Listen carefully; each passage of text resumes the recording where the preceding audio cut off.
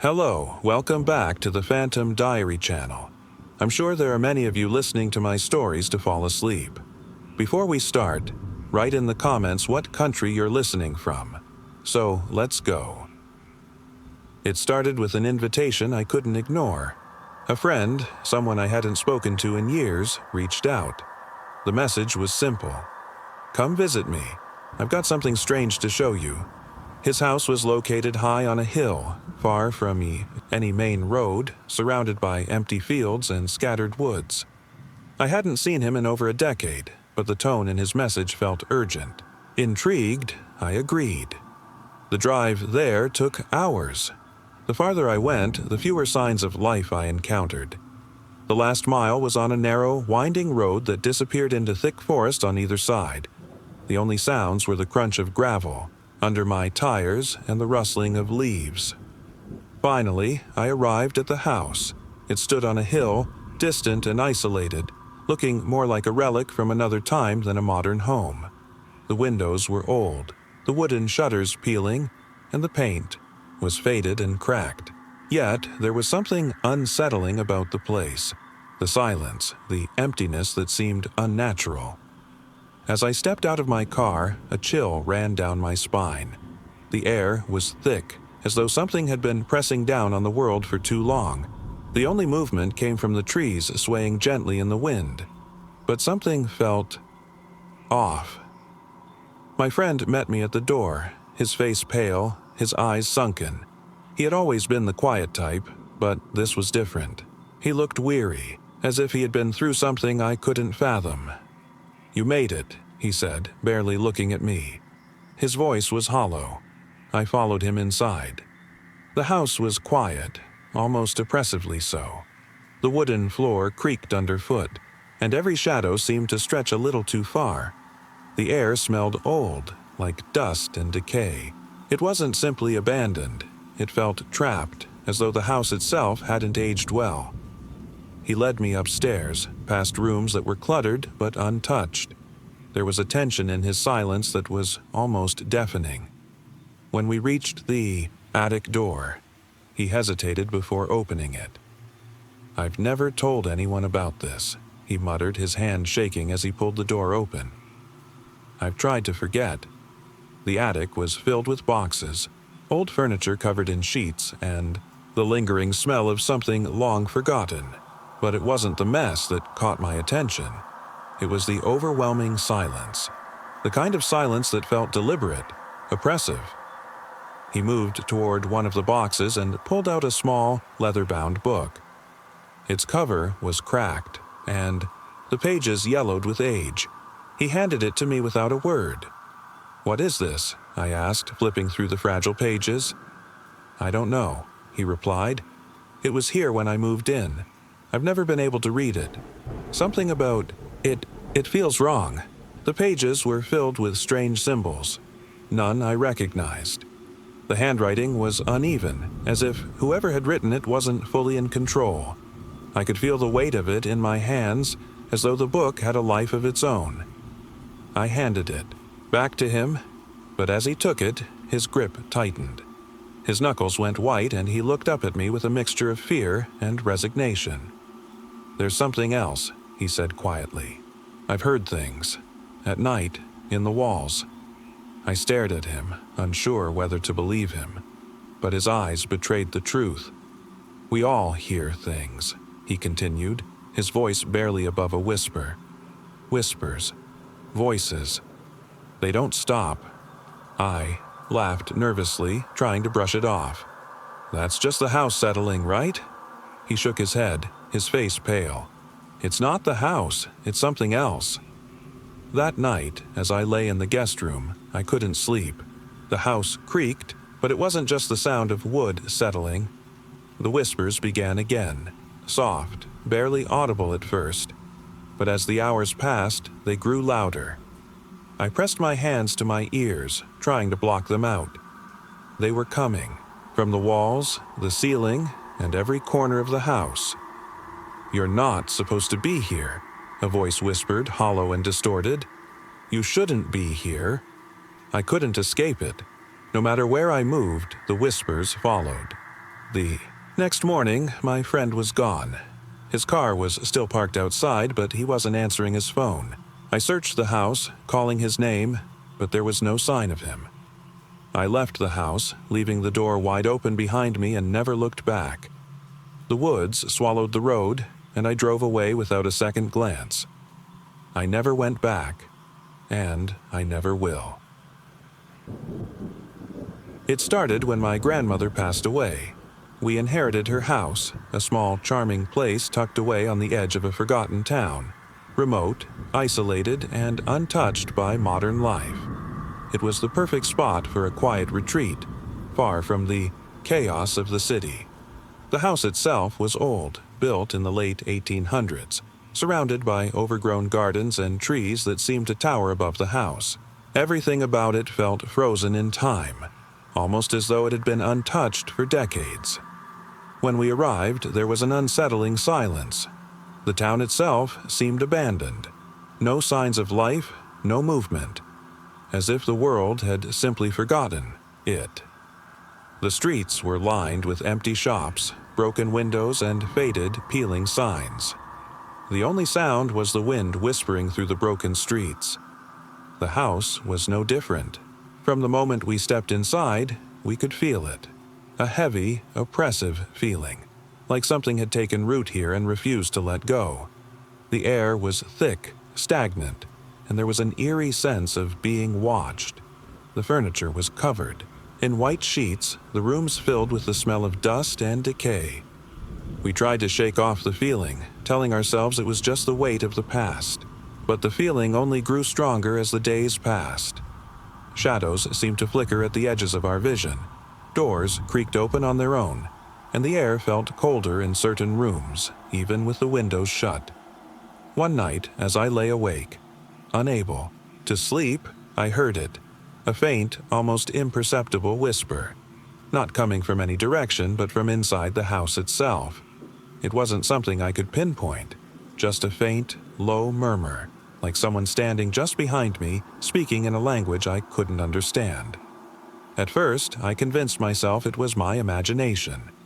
But then I heard it again, louder this time, almost as though it was speaking my name. I sat up, my heart pounding, but there was no one there. The whisper faded away as quickly as it had come. The next morning, I tried to brush it off, telling myself it was just the old house settling, or perhaps the remnants of my dreams. But as the days went on, the whispers became more persistent. They didn't always come in words, but in sounds, muttering, almost like a distant conversation I couldn't quite grasp. And there were other things, shadows that seemed to watch me from the corners of rooms, figures that would appear in the corner of my vision and vanish the moment I turned to face them. One evening, I was sitting by the window, staring out at the empty town. The sun had just set, casting long shadows across the streets. I saw a figure standing there, motionless. Its silhouette was distorted, almost unnatural, like a hollow mask where a face should be. It wasn't watching me. It was watching the house. Panic gripped me, but I couldn't look away. It didn't move, didn't shift. It was as though it was waiting for something, or someone. That night, I decided to confront whatever was haunting us. I couldn't take the whispers anymore, the feeling of being watched. Grabbing a flashlight, I explored the house from top to bottom, my pulse quickening with each creak of the wooden floorboards. Nothing prepared me for what I found in the basement. The air down there was colder than anywhere else in the house. The flickering flashlight revealed old shelves, long empty bottles of something that had long since evaporated. But then I saw it, something that stopped me in my tracks. A figure stood at the far end of the basement. It was different from the others, taller, darker, more solid, but still hollow, as if only half of it existed. Its head tilted as I approached, but it made no sound, no movement, just stood there, waiting. "Who are you?" I whispered, my voice cracking. It didn't answer, but the whispers grew louder in my head. Words this time, impossible to ignore. "Get out," they said over and over. Leave this place. Terror surged through me. I stumbled backward, nearly tripping over the old cobblestones. My breath came in shallow gasps, and I didn't look back. When I made it back upstairs, the house felt different. The oppressive weight was gone, but so was that sense of safety. The whispers had stopped, but I knew they weren't truly gone. They were buried, waiting for the next time they'd rise. We haven't stayed long since that night. The house is still there, just as it was, untouched. And though we've moved on, I still wonder if it waits, patient and silent, as if waiting for us to return and finish what we started. The whispers, the shadows, they're still there, always, watching, always lurking, and sometimes I swear I hear them again, even now, in the quiet of the night. We moved into the house during the summer. It wasn't anything special, a modest home with chipped paint and a narrow, overgrown yard. Nothing unusual stood out at first, beyond the quiet that settled over the neighborhood. It was peaceful, a bit too peaceful. From the very first night, things felt wrong. The house settled into a silence that was unsettling. No creaks from the floorboards, no rustling of branches against the windows. It was as though the house itself held its breath. At first, we dismissed it. Old houses have their quirks, right? Maybe it was just the wind, or maybe we were just adjusting to the quiet after moving in. But the feeling never went away. The strange occurrences started subtly. Our daughter, Sophie, would wake up screaming in the middle of the night. She claimed that someone was standing at the foot of her bed. Always a shadowy figure, never fully there, just a presence. Every time we checked, nothing was there. Her nights became restless, and soon she wouldn't sleep at all without the bedroom door wide open. One evening, we heard a faint, hollow sound coming from the walls.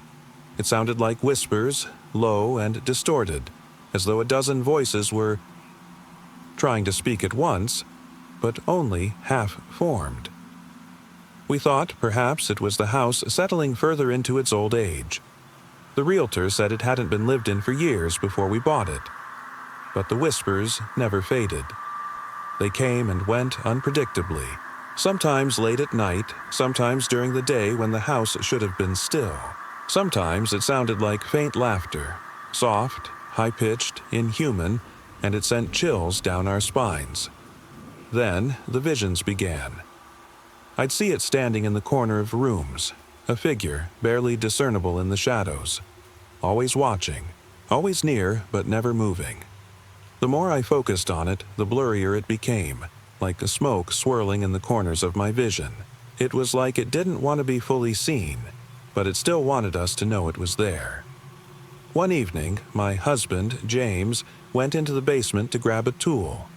He was down there for what felt like hours before I finally went down to check on him. When I found him, his face was pale, his body frozen. He stared at the far wall, his mouth trembling as though trying to speak, but no sound came out. "What's wrong?" I asked, shaking him gently. Finally, he managed to whisper, "The eyes. They're watching me." I didn't see what he saw, but I felt it, an oppressive, suffocating presence. The whispers had grown louder, and the figure was closer. After that, things escalated quickly. Sophie refused to enter her room alone, her little hands clutching at ours tightly, her tiny voice begging for us to stay with her. Objects would move on their own, the television turning on at odd hours, cupboards slamming shut when no one was near. But the worst part was the feeling. A cold, hollow breath on the back of our necks when we were alone in the house. One night, I woke up to a loud thud from downstairs. I was about to call out, thinking it was just James, but the silence that followed was unlike any sound I'd ever heard. It was as if the house itself had swallowed the noise.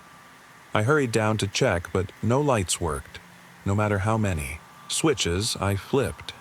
The only sound was the whispers, insistent now, louder, more desperate, and then I saw it. The figure stood in the living room. Its features were clearer now, grotesque, almost human, but twisted. Skin stretched unnaturally, tight over its bones, empty sockets where the eyes should be, its mouth gaping in an expressionless scream. It didn't move, yet I could feel its presence press against every inch of the room. I didn't scream. I couldn't. I was paralyzed with fear, unable to tear my gaze away from the monstrosity in front of me. When James woke up and found me trembling, by the doorframe, he couldn't see it. Not at first. I couldn't explain what I had seen, not fully. But when he entered the room, the whispers rose again. Louder, angry, demanding. The figure moved closer. That night we gathered Sophie in, the hallway, away from her room. We didn't dare sleep in the house anymore. We spent the rest of the night huddled in the car, not knowing what to do, too terrified to return inside. The next day, we left the house behind. We didn't touch anything, no clothes, no belongings. We simply left it all, retreating back to a rental with no windows into the past. The whispers still haunt us, sometimes when we're alone, sometimes in dreams. The figure isn't gone. It lingers, a dark stain we can't wash away. We've tried to move forward, but we know it's not over, not entirely. The house is quiet now, empty, forgotten by the world.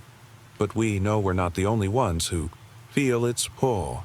And we dread the day someone else steps into that house because we know the whispers will return. And so will the figure, waiting to make itself seen again. It was supposed to be a quiet afternoon at the beach, the kind where the waves hum a soft rhythm and the sun soothes your skin. The weather was perfect, warm but not too hot, a gentle breeze carrying the salty tang of the sea. I went with two friends, Jess and Marco, and we set up our spot near a rocky outcrop where the shoreline curved slightly inward. We were the only ones there. It was strange, considering the day was so beautiful, but we chalked it up to luck. A private beach without the price tag. The water was crystal clear, shimmering in the sunlight. Jess was the first to run in, splashing around like a kid while Marco and I stayed back setting up our towels and snacks. Then Jess called out to us. "Hey, there's something down here." Marco and I looked up, squinting against the glare. Jess stood waist-deep in the water, pointing just beyond the rocks. She was smiling, curious. "It looks like a cave or something." Marco and I waded in, the water pleasantly cool against the heat of the day. Jess led us to a cluster of rocks partially submerged, where the tide created small pools teeming with tiny fish and crabs. Beneath one of the larger rocks there was a dark opening, just wide enough for a person to slip through. "Let's check it out," Jess said. "No way," Marco replied. "That's how horror movies start." But Jess was already ducking under, disappearing into the darkness. I hesitated, glancing at Marco. He rolled his eyes, muttering about how he didn't want to get left behind, and followed her. I had no choice but to go after them. The tunnel was narrow and cold, the water lapping at our knees. The sunlight quickly faded behind us, replaced by a dim, bluish glow filtering through cracks in the rocks above. The sound of the waves echoed strangely, creating a hollow, otherworldly hum. "This is amazing," Jess's voice carried back to us. "It opens up ahead." Sure enough, the tunnel widened into a large underwater cavern. The water here was shallow, only ankle deep, and the walls glittered with mineral deposits. It felt like stepping into a hidden world. But something felt off. The air was colder here, and the cavern smelled faintly of decay, like dead fish left to rot in the sun. "Do you hear that?" Marco asked, his voice low. At first I thought he meant the waves, but then I heard it. A soft clicking sound, rhythmic and deliberate, like bones tapping together. It echoed faintly, coming from deeper in the cavern. Jess froze, her smile fading. "Maybe we should head back," she whispered. The clicking grew louder, accompanied by a faint sloshing as though something was moving through the shallow water. We turned toward the sound, our flashlights sweeping the darkness. Then we saw them. Figures, pale and emaciated, crawling on all fours. Their skin was almost translucent, stretched tightly over sharp bones, and their eyes were milky white. There were at least 3 of them, but more shapes loomed in the shadows, their bodies twisting unnaturally as they moved. They stopped as our flashlight beams hit them, their heads jerking toward us with a sickening snap. For a moment, the cavern was silent, except for the sound of water dripping from the walls. Then they lunged. We ran. The creatures moved faster than seemed possible, their limbs skittering across the wet rocks like spiders. The clicking sound grew deafening, like a cacophony of breaking bones. The tunnel felt endless. Water splashed around our legs as we stumbled forward, our breaths coming in ragged gasps. I could hear the creatures behind us, the scraping of their claws against the rocks, their guttural hisses echoing through the narrow passage. When we finally burst out into the sunlight, we didn't stop. We ran up the beach, past our towels and bags, not daring to look back. Only when we were safely in the car, driving away, did we let ourselves breathe. None of us spoke about it. Not during the drive, not later that evening, not in the days that followed. But I've never been able to shake the feeling that we weren't supposed to find that cavern, that those creatures weren't just animals. There was something deliberate about the way they moved, the way they watched us. And sometimes, late at night, I hear that clicking sound again. It's faint, like it's coming from somewhere deep underground, but it's there, waiting. I haven't been back to the beach since. We had never expected to find ourselves wandering through the abandoned subway tunnels beneath the city. The place had been sealed off for decades, a relic of some bygone era. Our group of friends, 3 of us, decided to explore the underground labyrinth as a kind of reckless adventure, seeking something far from the ordinary. The air down there was thick, musty, and oppressive. Cracked tiles stretched endlessly down the tunnel, illuminated only by our dim flashlight beams. Water dripped from the ceiling in rhythmic patterns, forming small puddles that shimmered under the faint light. The silence was deafening, broken only by the soft echoes of our footsteps.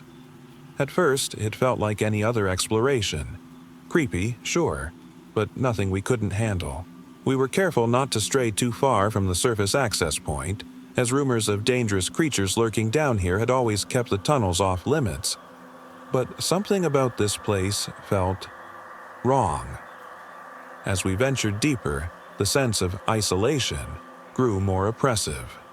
The tunnels twisted and turned, leading us farther from the surface. Shadows lurked in the corners of the flashlight beams, shifting unnaturally whenever we turned to look. The silence became more than just quiet. It felt like something was watching, waiting. Around midday, we stumbled upon an old subway station, long since abandoned. The walls were covered in faded, peeling advertisements, and a train sat eerily, still on the tracks, its rusted metal reflecting our lights in dull, distorted shapes. The station was dead, except for the lingering echoes of our footsteps. That's when we heard it. The first sign that something wasn't right. A faint, hollow whisper that seemed to come from nowhere. It was like the sound of the wind, but it carried a strange, otherworldly quality. It whispered again, clearer this time, as if the voice was directly in our heads. "Leave," it said, its tone calm yet unsettling. We exchanged nervous glances but shrugged it off. We decided to push forward, convinced it was just our imagination. The feeling of being watched only intensified.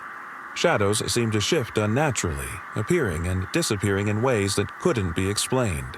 The further we went, the more we felt like we were no longer alone.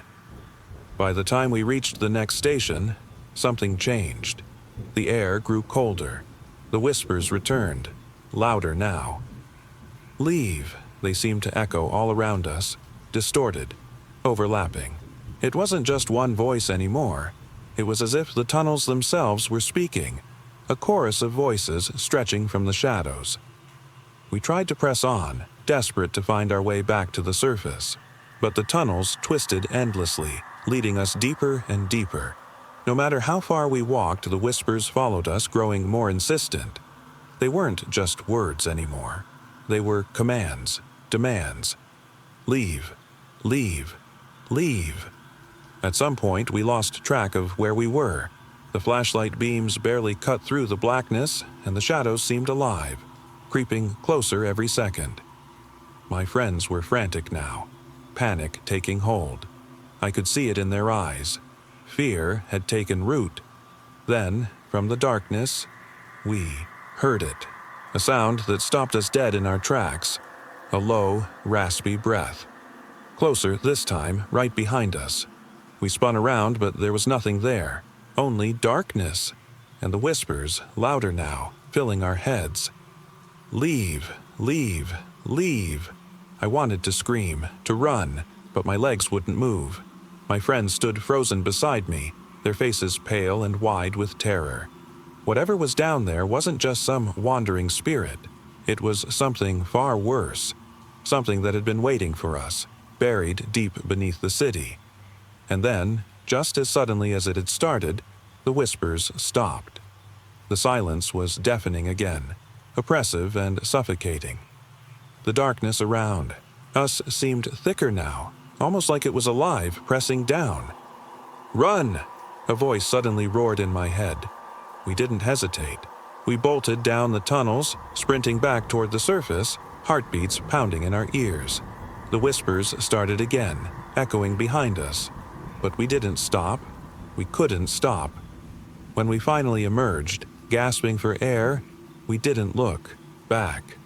The city stretched out before us, and we didn't stop running until we were safe in the daylight. That day, we escaped. But whatever was down there, the thing that watched, that whispered, that chased us, we'll never forget. And neither will the darkness. I moved into my new apartment on Baker Street 3 months ago. The place was old, creaky, and cheap, perfect for someone like me who couldn't afford much else. The building was one of those worn-down, nondescript places that seemed forgotten by time. The door always felt a little heavier when I pushed it open, like it didn't want to be disturbed. At first, everything seemed normal. The floors groaned beneath my steps, and I heard the occasional banging from the neighbors' apartments. But that was nothing unusual for a place this old. I never expected anything strange to happen in an apartment complex like this. Then, the whispers started. It was subtle at first, just a faint murmuring that seemed to drift through the walls at night. I'd wake up, the room dark and silent, only to hear a faint, indistinct voice whispering just beyond the edge of my hearing. The sounds were too quiet to make out, but they sent a chill up my spine. I chalked it up to my imagination, blaming the drafts and old pipes that groaned in the night. But the whispers grew louder, more persistent, and they didn't stay confined to the night. Sometimes during the day, I'd be in the kitchen making coffee, and I'd hear the faint echo of a voice behind me, a voice that didn't belong to anyone I knew. It wasn't speaking words, just sounds. A low, continuous murmur, like someone was speaking in a language that didn't exist. I tried to ignore it, but it wasn't just the whispers anymore. One evening, I was flipping through old photos of the previous tenants, trying to learn a bit about the place. They all looked like they had lived quiet lives, no signs of anything unusual. Yet, as I went through the last photo album, I noticed something strange. In each picture, there was a figure at the edge of the frame, always just out of focus, obscured by shadows or fog. A figure with hollow eyes and a twisted, impossible grin. At first, I thought it was just my imagination playing tricks. But the more I looked, the more it felt like that figure was watching me, waiting. One night, as I was lying in bed, unable to sleep because of the incessant whispers, I heard a different noise, a soft tapping at the window. I live on the 3rd floor, far above ground with no neighboring buildings close enough to peer into my apartment. But the tapping continued, slow and deliberate, like someone was gently scratching at the glass with long, bony fingers. I got up and approached the window. The city lights cast an eerie glow, but I saw nothing outside.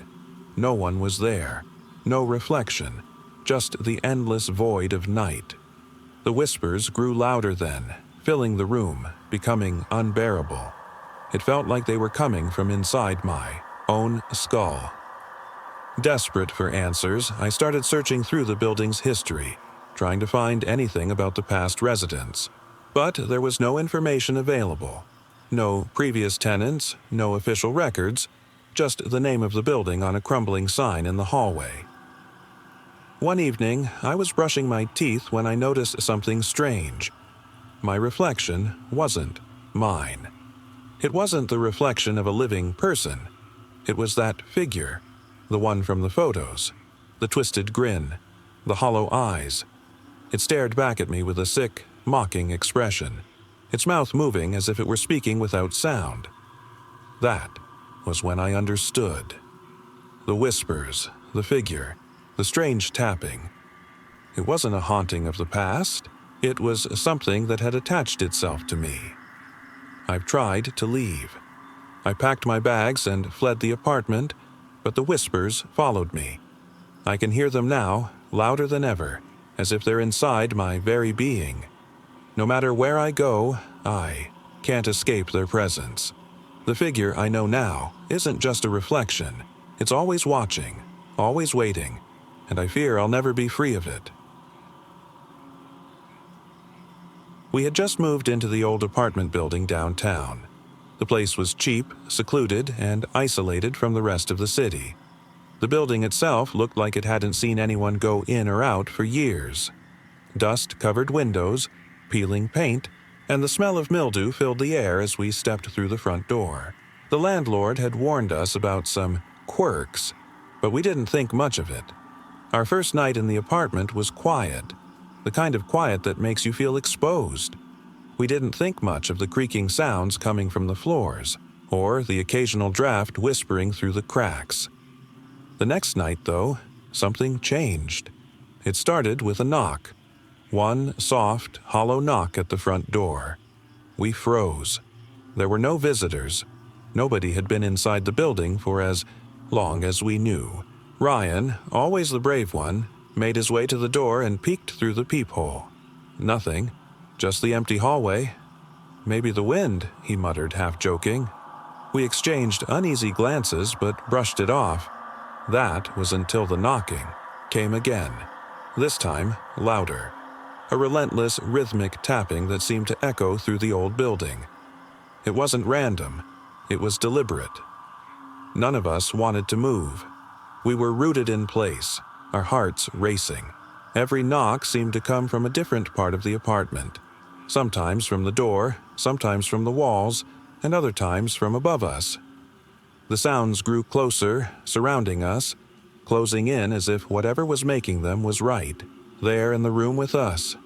That's when the whispering started. It was soft at first, barely audible. Then it grew louder, more distinct.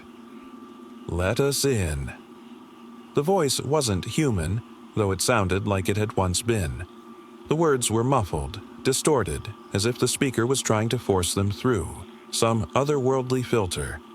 We couldn't understand what was happening, but the fear was overwhelming. Emma tried to move toward the window, hoping maybe there was someone outside, but as soon as she got close, the knocking intensified, the whispers growing louder. We could feel them inside our heads now. We locked ourselves in the bedroom, doors barricaded, hearts pounding.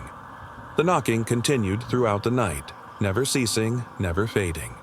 The whispers turned to screams, shrill and hollow, reverberating off the walls of the old building. It was as if the entire apartment had come alive, its very structure trying to consume us. Morning didn't bring relief. We opened the door to silence, the apartment exactly as we left it. No signs of intrusion, no footsteps, no broken locks. But the whispers, those echoes, never left us. They haunt us now, in every quiet moment. Whatever was with us that night didn't come from outside. It had been there all along, waiting, and it never truly left. It started on an ordinary evening, one that seemed destined to be nothing more than a quiet night at home. My apartment overlooked a busy city street, the kind of place where the noise never truly stops. The glow from streetlights and the distant hum of traffic usually provided a sense of safety, but that night was different. It was nearing midnight, and I was sitting on the couch, flicking through channels, unable to focus on any one thing. A low rumble of thunder rumbled in the distance, barely audible over the city's usual buzz. I paused, glancing out the window. The sky was dark, the clouds heavy, but the rain hadn't begun yet. The apartment felt empty, the only sound being the occasional creak of the old floorboards. I figured I'd be heading to bed soon when there was a faint knock at the door. At first I dismissed it as nothing, but then it came again, soft, almost hesitant. My heart skipped a beat. I stood, my hands clammy, and approached the door cautiously. No one usually comes knocking at midnight in the city. I peeked through the peephole. Nothing but darkness. No figure, no silhouette. Just the empty hallway. Maybe it was a neighbor, I reasoned. Someone lost or needing help. I opened the door a crack, but there was no one there. Just the quiet of the hallway. I locked the door again, shrugging it off. Maybe someone had gotten the wrong apartment. I turned back to the couch, but the unease stuck to me like a second skin. I tried to ignore it, focusing on the muted glow of the TV, but the nagging sensation of being watched refused to leave. A few minutes passed, and I heard it again, knocking, but this time it was different. It was slower, more deliberate, like someone was trying to make sure I heard it. I gritted my teeth and went back to the door, this time standing farther back as I looked through the peephole. The hallway was empty as far as I could see, but now there was a faint outline, barely visible against the dim light from the street. A figure, motionless, standing at the far end. I could barely make out the details, but I knew it wasn't moving. My breath caught in my throat. I stared at the figure, unable to look away. The knock came again, 3 distinct hollow raps. The figure didn't move. It stood there, still as a statue, as though waiting for something. Terror gripped me. I didn't know what to do. Calling the police seemed useless. What could they do? Tell me there's someone outside who won't leave? I backed away from the door, my body trembling. The knocking continued, slower now, as though the person, or whatever it was inching closer. The figure in the hallway remained, unmoving. Then, silence. The knocking stopped. I didn't hear it leave. I didn't hear footsteps retreating. It was just gone. The silence stretched out for what felt like hours. I waited, holding my breath, my back pressed against the wall. Eventually, I mustered the courage to peek through the blinds, but the hallway was empty. Still, the feeling of being watched remained. I didn't sleep that night. I couldn't. Every time I closed my eyes, I saw the figure standing there, waiting, motionless. Even now, years later, I sometimes wonder if it's still out there waiting for someone, just not me. We didn't know what we were walking into. The old apartment building stood in the heart of the city, a forgotten relic of a bygone era. The landlord had been eager to rent it out despite the whispers of its dark history. After months of searching for a place, we were desperate. It seemed like the perfect fit. The apartment itself was cramped, walls cracked with age, and a lingering musty smell that no amount of cleaning could eradicate. We didn't mind at first. Desperation had a way of dulling the senses. But as we settled in, things began to feel off. It started small. The lights flickered late at night, and the sound of footsteps echoed through the hallway, even though we knew no one else lived in the building. There were no neighbors to hear or investigate. Still, we chalked it up to old wiring or perhaps creaky floors settling over time. That's what we told ourselves. Then, the dreams began. Every night, the same dream. a dark figure standing at the edge of my bed, watching silently. Its presence filled the room, a heavy weight pressing down on my chest until I couldn't breathe. Every night I woke up gasping, only to find the figure was gone, but the oppressive sensation lingered. One evening, Emma said something that froze me to the bone. "Did you hear that?" she whispered. We were sitting in the living room, the window partially open to let in the cool breeze. But beyond the glass there was a faint hum. Low, distorted, almost mechanical. It grew louder, closer, until the sound was overwhelming. It wasn't coming from outside, it seemed to be emanating from the walls themselves. "No," I said, shaking my head. "I didn't hear anything." Emma's eyes widened as she stared at me, her voice trembling. "It's getting louder. Listen." The hum became unbearable, like a malfunctioning machine deep within the building, something dark and twisted that shouldn't exist. We covered our ears, trying to block it out, but it felt like the sound was inside our very skulls, vibrating through our bones. Then came the whispers.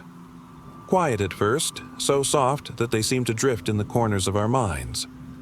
But soon, they morphed into full sentences, and they were speaking directly to us. "Get out." The voice wasn't just in our heads, it was in the room. I felt its breath on my neck, cold and sharp. It was close, too close. "Run," the voice said again, deeper this time, colder, more commanding. We tried to leave, but the door wouldn't open. The locks jammed, as if something unseen had seized control. The windows, once our only escape route, were shattered, fragments of glass scattered across the floor. There was no way out. The whispers grew louder, overlapping now, filling the space until we couldn't think straight. They whispered of forgotten deeds, of souls trapped, unable to rest. The dark figure from my dreams materialized in the room, standing in front of us, its eyes empty, voids of darkness that devoured all light. "We're not alone," Emma whispered, her voice quivering. The figure stepped closer, and we could feel its chilling presence. The air grew colder, too cold. Every breath we took was like inhaling ice. My hands trembled uncontrollably as I stared into its lifeless eyes. "We don't belong here," Ryan said, his voice strained. The entity tilted its head, an unnatural movement before it spoke again, its voice weaving between us like a dark web. Escape is futile. Desperation surged through us. I shouted, screaming into the void, but the whispers swallowed my voice. Emma clawed at the walls, desperate to tear through them, while Ryan pounded on the windows, even as shards cut into his hands. But nothing worked. The presence only grew stronger. Suddenly, as if waking from a nightmare, the hum stopped. The whispers ceased. The dark figure blinked once, its eyes flickering as if coming to consciousness. The entire apartment fell silent. We didn't waste a second. Without speaking, we bolted through the hallway, shoving open doors, desperate for any exit. And there it was, a small back staircase hidden in the shadows. We fled down it, falling over each other in our haste, ignoring the burning in our legs. At the bottom, we burst into the alley, breathless and alive. The city seemed normal again. Noise, light, movement. But we didn't stop. We kept running, heart pounding in sync with the chaos that had just unfolded. When we dared to look back, the building was empty, still and undisturbed, like it had never happened. No signs of life, no trace of the horrors we experienced. We never spoke of what had transpired that night again. The apartment had become our shared nightmare, something too impossible to comprehend, let alone explain. To this day, we avoid that part of the city. We don't know what still lingers there, and honestly, we don't want to find out. It started during the drive home. My family had been on a long road trip, no set destination, just miles of open highway. It was supposed to be relaxing, a way to escape the monotony of everyday life. The sun was setting, casting long shadows across the empty roads. The car was quiet, just the hum of the engine and the occasional chirp of crickets outside. We were nearly home when the first strange thing happened. I was sitting in the back seat, staring out the window, lost in thought, when I saw something move in the corner of my eye. It wasn't something outside, though. Inside the car. A faint shimmer, like someone standing just outside my window, but inside the car. My stomach twisted. I turned to look, but there was nothing. Just the empty highway and my family. "Did you see that?" I asked my parents, my voice shaky. "See what?" My dad replied, his eyes still on the road. I shook my head, trying to dismiss the feeling, but the sensation of being watched didn't leave. The sun had set completely by then, leaving just the pale glow of the headlights cutting through the darkness. I could feel the tension rising, my heart pounding harder as the landscape sped by. The next time I noticed it, it was more persistent. I couldn't see anything out the windows, but I could feel it. Eyes on me, eyes inside the car. It was like something had slipped into the back seat with me. I turned around, but again, nothing. I was just about to ask my parents if they felt it too when I heard a faint whisper, so quiet I almost convinced myself it was just the wind. But then, louder, clearer. "Look behind you." I froze. My breath hitched and I gripped the edge of the seat. I turned slowly, my eyes wide, expecting to see something, anything. There was nothing. The empty back seat stared back at me. "What's wrong?" my mom asked, her voice full of concern. I tried to shrug it off, but I couldn't ignore the feeling that something, or someone, was there, just behind me. I kept glancing over my shoulder, expecting to see a figure, but the car was still empty. Then it happened again. Another whisper, soft, but now unmistakable. "Look again." I didn't want to look. My body trembled, but curiosity and fear battled in my mind. I slowly turned, expecting to see that distorted reflection in the rearview mirror, or maybe a figure in the shadows, but there was nothing, only the dark, empty highway stretching into the distance. "Please, stop," I whispered, my voice barely audible. My parents were still talking up front, oblivious to my panic. I felt trapped, unable to escape whatever was following me. A third whisper came, closer this time, as though it was right in my ear. "Turn around." I couldn't resist anymore. My head snapped back, eyes wide, searching the dark space behind me. And that's when I saw it. The faintest movement. A shadow, shifting in the seat next to me. It wasn't human, not exactly. Its form was blurry, almost liquid-like, blending with the dark. It was there, watching me. My breath hitched as I stared, my mind screaming for me to look away, but I couldn't. My body was paralyzed by fear, unable to move, unable to look anywhere else but at the figure. It shifted again, leaning closer. Its presence felt like a cold wind pressing against my skin. "Don't look," it whispered again, but this time I knew I couldn't turn away. Tears welled in my eyes as I forced myself to look forward, staring out at the dark road ahead. The whispers stopped, and the sensation of being watched faded, but I couldn't shake the feeling that it was still there, lurking in the shadows of my mind. When we finally reached home, I didn't say a word. I wasn't sure if I could explain what I had seen, or if they would even believe me. But every time I close my eyes, I can still feel it. The whisper in my ear, the eyes that followed me, the shadow sitting right beside me, waiting. It was the middle of summer, and my friends and I decided to take a day trip to a remote beach, far from the usual tourist spots. We wanted to escape the crowds and find some quiet, peaceful place to relax. The beach wasn't well known, tucked away down a narrow, winding road, hidden from the rest of the world. We arrived in the early afternoon, greeted by nothing but the endless stretch of sand and the gentle lapping of waves. The sky was clear, the sun blazing overhead. The beach, stretched out before us, empty except for a few distant figures far off in the distance. It was perfect.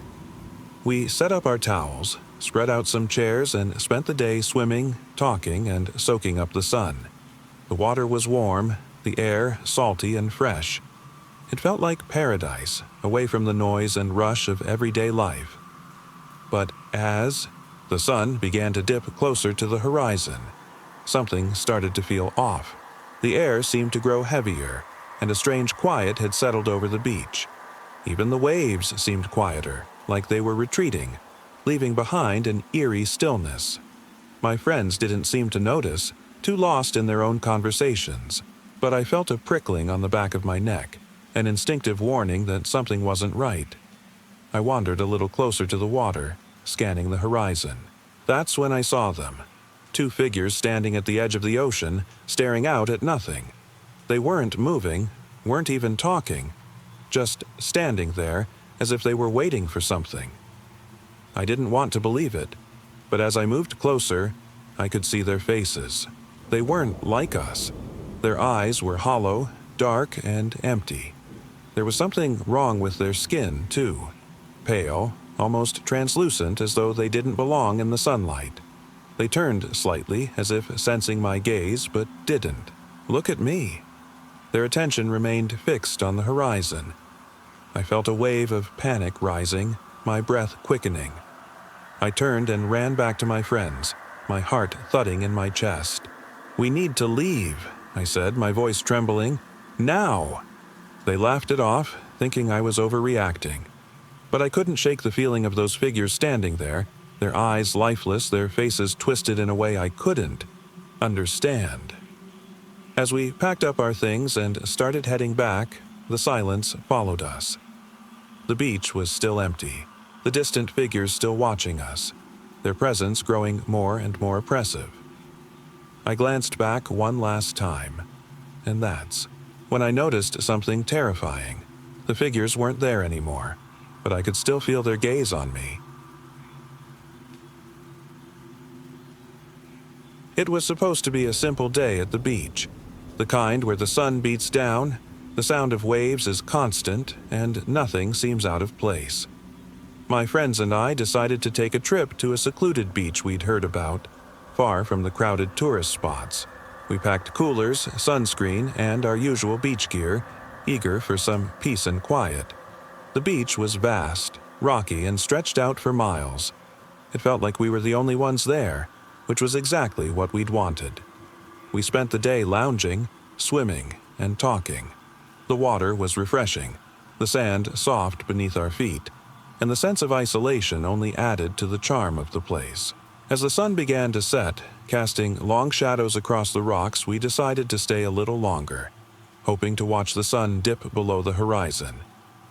The air was warm and thick, but something about the silence unsettled me. It wasn't just the absence of other people. There was something else, something in the atmosphere that felt wrong. As the sun disappeared, the sky turned a deep purple and the horizon shimmered with orange streaks. We were packing our things when one of my friends, Lisa, stopped and pointed toward the edge of the beach. "Did you see that?" she asked, her voice quieter than before. We all turned. Standing at the far end of the beach, barely visible in the fading light, was a figure. It was tall and thin, cloaked in darkness, its outline blending with the shadows of the cliffs. At first, we thought it might be someone hiking the cliffs, but they weren't moving. They stood there, motionless, watching us. "Maybe it's someone camping," one of my other friends suggested. But there weren't any campsites around, just endless rocks and cliffs stretching into the distance. We watched for what felt like forever, but the figure didn't move. It was like a statue, unmoving and silent. A chill ran down my spine. The more we stared, the more I felt like it was staring back at us, like we were the ones being watched. Lisa started to take a step forward, her curiosity overpowering her fear. "We should check," she said softly. maybe it's just someone lost. I wanted to argue, to tell her to stay put, but the silence and stillness of the figure were too eerie. We followed her, our steps hesitant on the uneven rocks. The closer we got, the more details we could make out. It wasn't human. It didn't have a face, at least, not in the way we expected. Its head was hollow, like an empty mask, and its limbs were too long and thin, twisted at unnatural angles. "Let's get back," I urged, my voice shaking. But before we could turn, the figure began to move. Slowly, methodically, like it was gliding rather than walking. "Run!" I shouted, my fear overcoming me. But before any of us could, the figure had closed the distance between us. Its hand, if you could call it that, reached out, long and bony, and touched Lisa's shoulder. Her scream echoed across the empty beach, but it wasn't the scream of someone in terror. It was hollow, lifeless. I didn't stop running until I was far away, back at the edge of the beach, gasping for breath. My friends followed, but Lisa wasn't with them. I turned back once, but she was gone. That night, as we sat huddled in silence, I couldn't stop thinking about Lisa. The figure, whatever it was, had taken her. I knew we'd never find her again. And as I stared at the dark horizon, I knew that we weren't the only ones left watching. It was a clear autumn evening when we decided to take the old dirt road that led up to the old, overgrown orchard.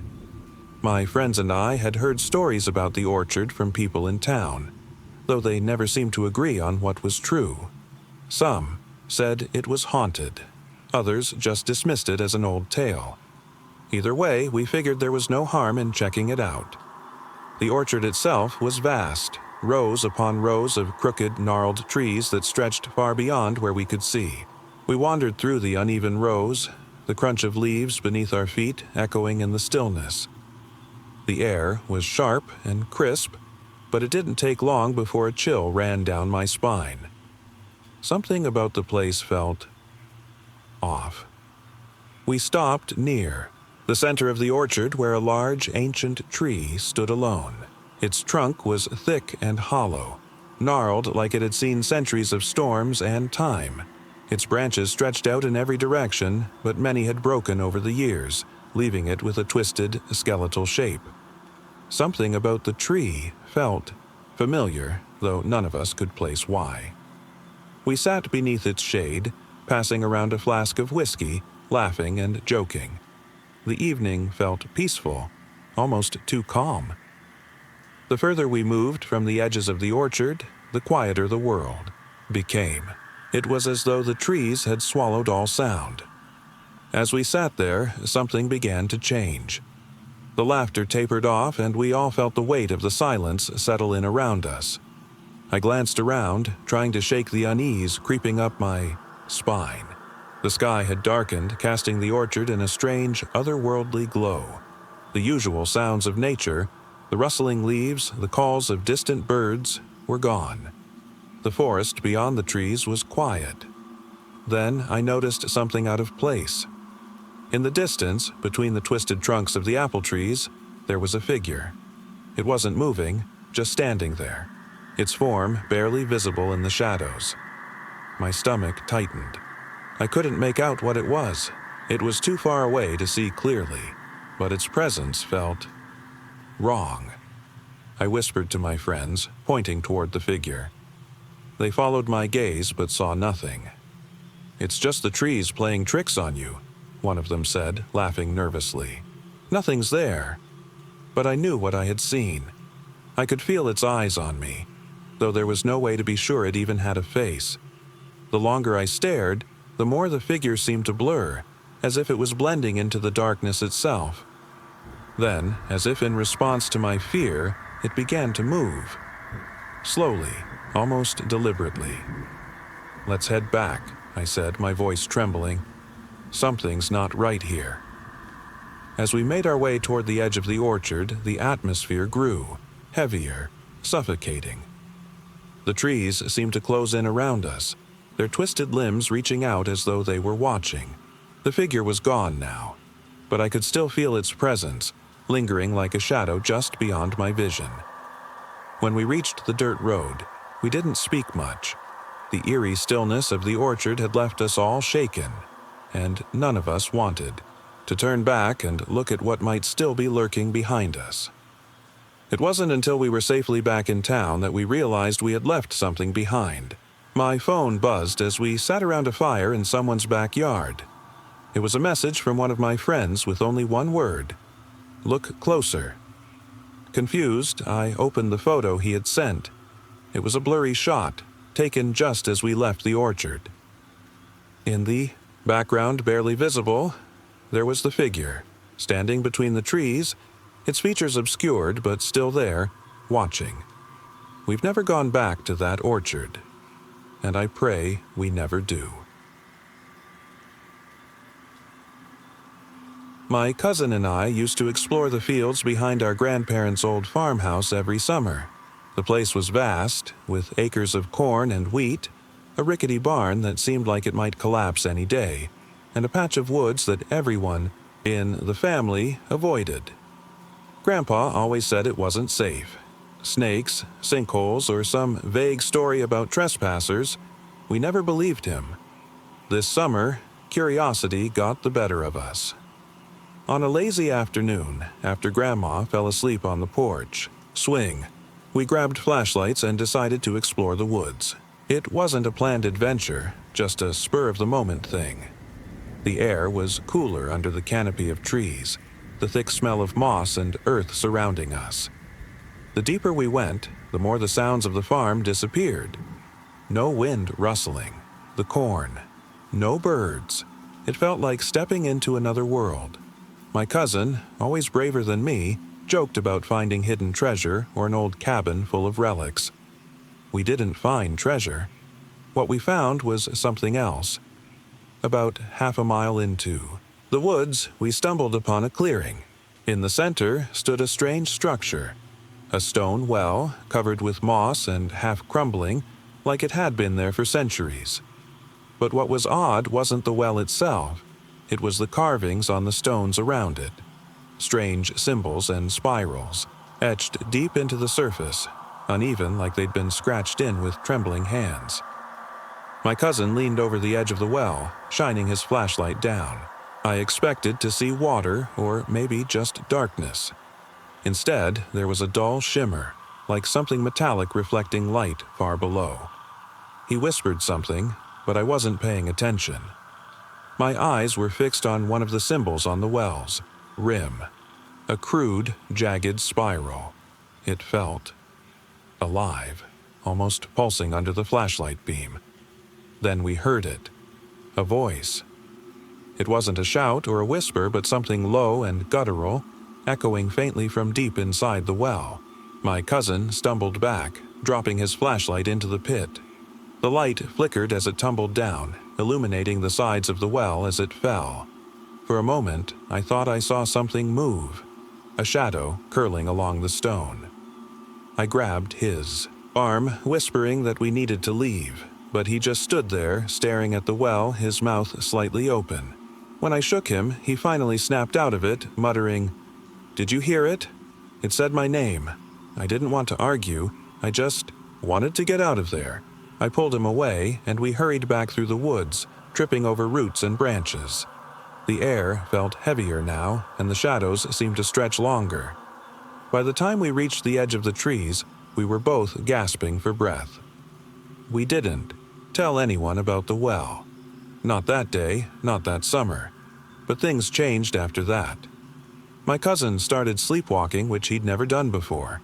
He'd wake up outside, standing at the edge of the cornfield, always facing the woods.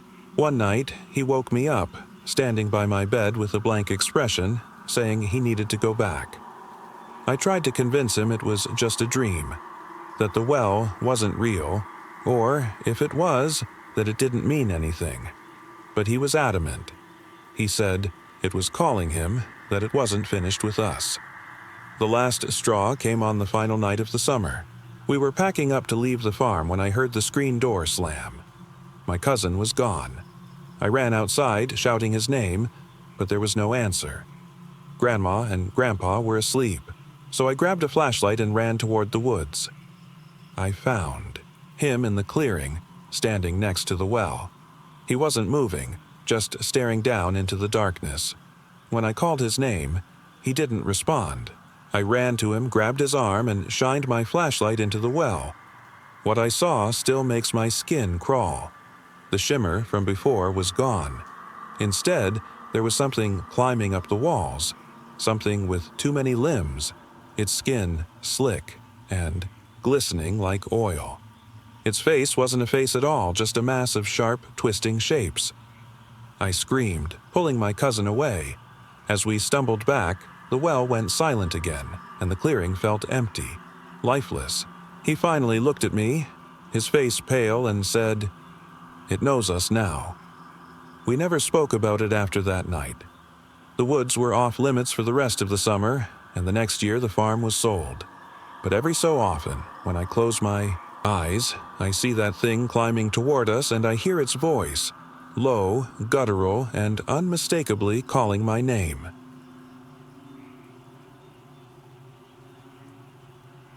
I've always been a night owl. I'd spend hours driving back roads, listening to music, or just getting lost in thought.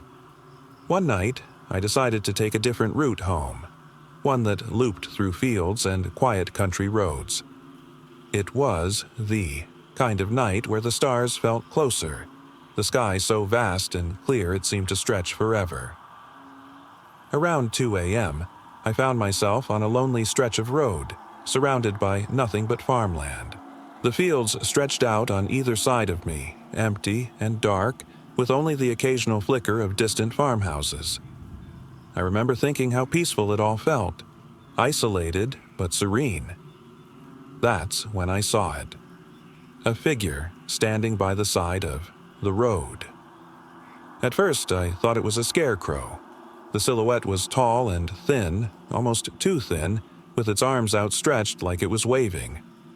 I slowed down as I approached, my headlights illuminating it. But it wasn't a scarecrow. It had a face, long, gaunt, and pale, like something that had been buried for years.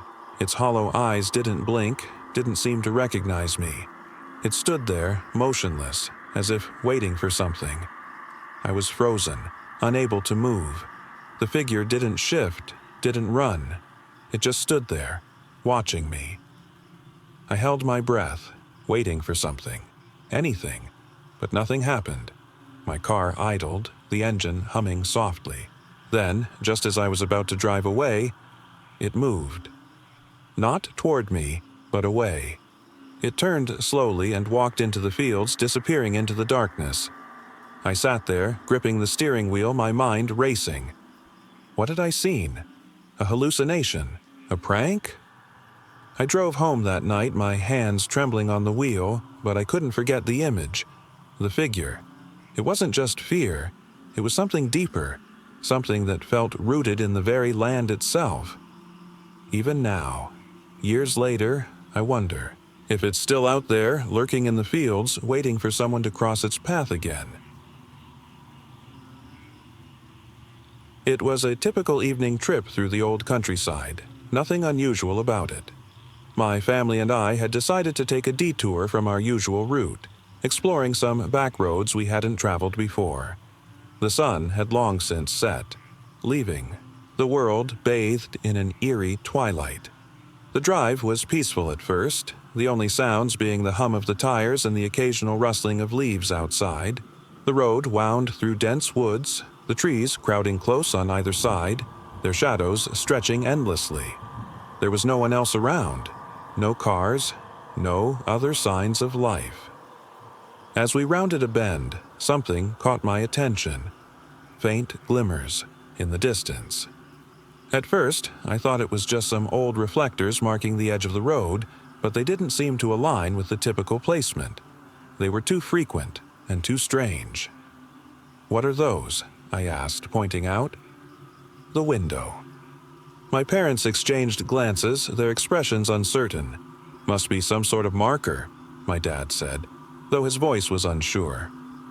As we drew closer, I realized they weren't markers at all. They were eyes, hundreds of them, glowing faintly in the dark, peering out from the trees along the side of the road. They blinked slowly, as if studying us, their pale light casting distorted shadows that flickered and danced. I couldn't tear my gaze away from them. There had to be something out there. My heart thudded as we drove past, and I couldn't shake the feeling of being watched.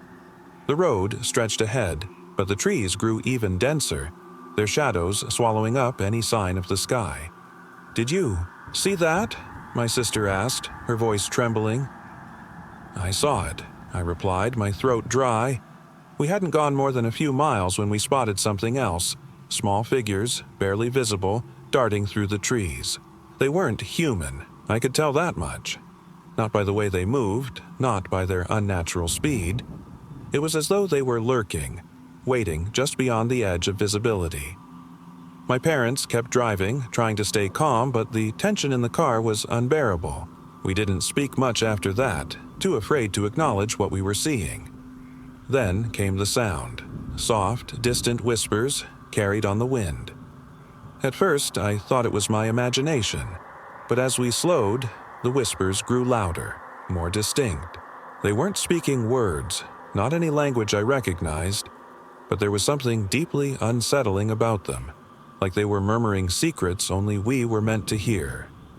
I leaned forward, trying to hear more, but the voices seemed to come from everywhere, as if they were surrounding us. The trees were alive, swaying gently as though they too were listening. The whispers filled the car, weaving into my thoughts, making me doubt my own sanity. "Mom," I whispered, my voice trembling, "we need to get out of here." My mom didn't answer. She was gripping the steering wheel so tightly her knuckles were white. My dad's knuckles were white too, and his face was pale, his eyes fixed on the road ahead. Suddenly, the headlights illuminated a figure standing by the side of the road. It was tall, emaciated, with long spindly limbs and a distorted, shadowy face that shifted and contorted as if in agony. The thing didn't move, just stood there, staring at us with those hollow, glowing eyes. My breath caught in my throat, and I realized I couldn't look away. The figure began to step forward, its limbs moving with a jerky, unnatural rhythm. Behind it, others appeared, like specters emerging from the forest, each one more twisted than the last. I could feel my parents slowing the car, but none of us spoke. The world outside was a living nightmare, trees swaying, shadows dancing, and those glowing eyes everywhere. As the figures drew closer, I saw something in their eyes, an emptiness, a hunger. They weren't after us for harm, I realized. No, they didn't need to hurt us. They wanted something more. They wanted to consume our fear. We didn't stop the car, but we didn't speed up either. There was nothing we could do but drive through the nightmare, hoping that if we didn't provoke them, they'd let us pass. And somehow, they did.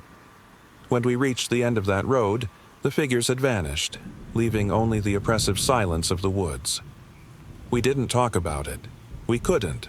None of us wanted to acknowledge what had happened, as though admitting it might make it real again. To this day, we haven't returned to those back roads, and I'm not sure I ever will. The eyes are still out there, waiting, always watching. A friend suggested we drive out to the old factory, located deep in the woods. The place had been abandoned for decades, they said, left to rot after the industry moved elsewhere. No one had been there in years, and the idea of exploring an eerie, forgotten space seemed too intriguing to resist. We set off early in the afternoon, 3 of us packed into an old sedan. The drive was long, winding through narrow, overgrown roads until we finally reached the outskirts of the factory. From the outside, it looked like a relic of another time. Tall, weathered brick walls covered in ivy, windows shattered and empty. The once mighty structure loomed over us, silent and still. We parked the car, and as we approached, a shiver ran down my spine.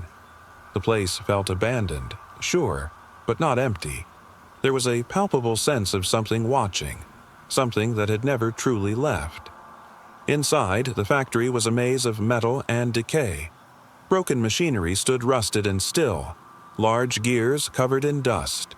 The air smelled stale, and the silence was oppressive. We wandered through the empty halls, shining our flashlights on walls covered in graffiti, peeling paint, and remnants of what once was. At first, there wasn't much to see, just shadows stretching across the floor, the occasional creak of the old wooden beams above.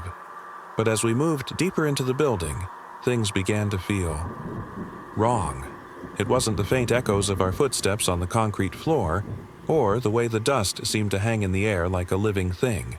It was the feeling that we weren't alone. I don't know how to describe it, but it wasn't fear in the usual sense. More like an overwhelming sense of presence, something watching, following us. We kept moving, dismissing the feeling as overactive imaginations, but my heart wouldn't stop racing.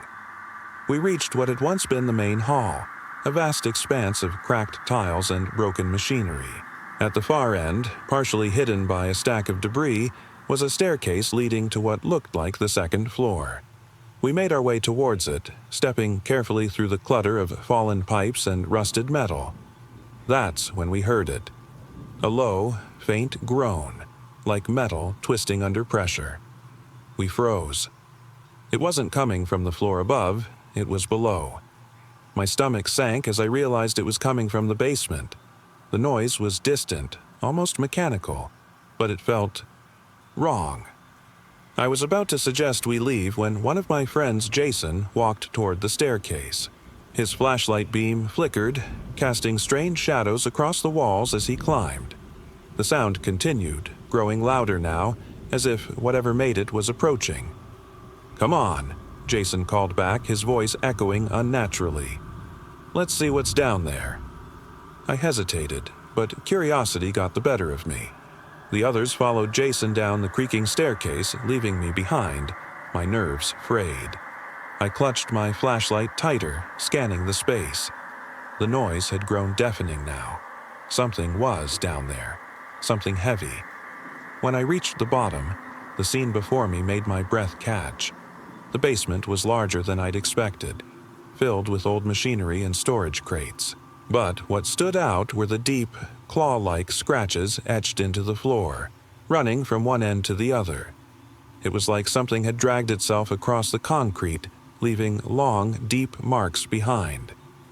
I tried to tell myself it was just decay, but the noises had stopped. The silence was now deafening. We all stood there, staring at the marks, when one of my friends let out a gasp. I followed his gaze, and there, in the far corner of the basement, was something I'll never forget. A figure, a tall, pale figure with hollow eyes, barely discernible in the dim light. It was partially obscured by shadows, its features indistinct, but I could feel its gaze, cold and empty, locked onto us. "No," I whispered, taking a step back. "Let's go." But Jason was already moving toward it. His flashlight illuminated the figure, and for a moment we all stood frozen, unable to look away. Suddenly, the figure spoke, not with words, but with a low, inhuman hum that seemed to reverberate through my entire body. It wasn't a voice so much as a presence, pressing down on us, suffocating us. "We need to leave," one of my friends finally said, his voice trembling. We didn't wait for a second invitation. We fled up the staircase, the sound of the figure's hum fading behind us. My legs felt like jelly as we burst out into the cool night air, gasping for breath. As we drove away, I glanced back in the rearview mirror, expecting to see nothing but the darkness of the forest. But there, standing at the edge of the factory, was the figure. It didn't move, just stood there, watching us as we drove away. We never spoke about it again. But I know what I saw that night wasn't something from this world. Whatever that thing was, it's still out there, waiting. It was supposed to be a relaxing trip. A few friends and I decided to escape the city and spend a weekend camping at a secluded lake in the mountains. None of us had been there before, but we'd heard it was quiet, beautiful, and perfect for getting away from the noise of the world. We arrived late in the afternoon, the sun sinking low behind the trees as we parked our cars by the edge of the lake. The water was calm, its surface reflecting the pale light of dusk like a mirror. The air was crisp, carrying the scent of pine and damp earth. For a moment, everything felt perfect. We set up our tents, gathered wood for a fire, and cooked dinner. The laughter and conversation filled the space, muffled by the stillness of the woods. It was everything we had hoped for: peaceful, remote, and disconnected from the chaos of daily life. As night fell, we gathered around the fire, watching the flames flicker and listening to the quiet crackling. The stars appeared, one by one, stretching out into the endless dark sky. The lake reflected them, making it seem as though we were surrounded by an ocean of light. But it wasn't the beauty that started to unsettle me. It was the silence. No wind rustled the trees. No insects chirped, just the crackling fire and the faint sound of water lapping at the shore. It was too quiet, unnatural. I glanced around at my friends who were deep in conversation, unaware of the strange stillness. "I'm going to get some water," one of them finally said, breaking the silence. "Sure," I replied, trying to sound nonchalant. "I'll come with." We made our way to the edge of the lake, our footsteps silent on the soft earth. The water was cold and still, reflecting the dark shapes of the trees. I couldn't shake the feeling that something was watching us, waiting. "Hey," I whispered to my friend. "Do you feel that?" He stopped, looking at me, his face pale under the starlight. "Yeah, something's not right." We stood there for a moment, our eyes scanning the darkness beyond the trees.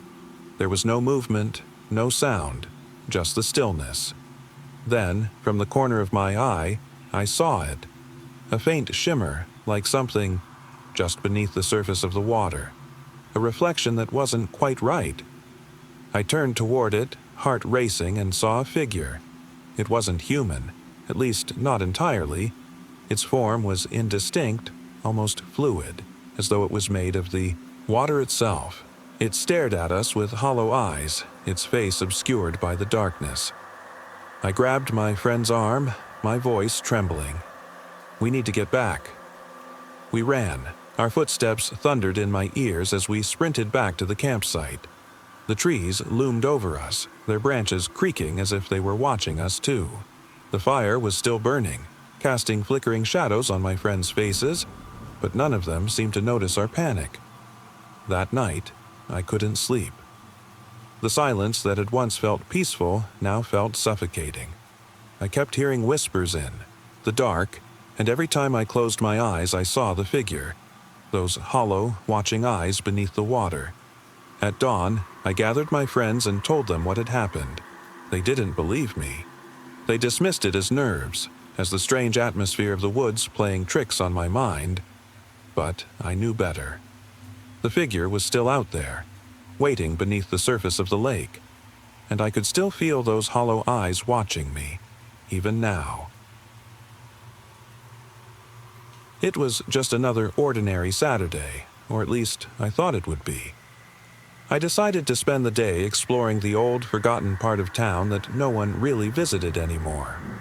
The streets were lined with buildings that had long since fallen into disrepair, their facades cracked and faded from years of neglect. Nobody seemed to come here anymore, which was exactly why I wanted to see it. I wandered aimlessly, the silence enveloping me like a thick, oppressive fog. The air smelled stale, full of dust and decay. Most of the windows in the buildings were shattered, letting in the muted light of the day that barely managed to penetrate the grime. There was an unsettling stillness, a quiet that felt almost alive. I tried to push away the creeping sense of discomfort, reminding myself that it was just an old part of town, nothing more. As I walked, I came across an old bookstore, its window cracked and its door hanging loosely on one hinge. Curiosity got the better of me, and I stepped inside. The air inside was stale, thick with the smell of old paper and mildew.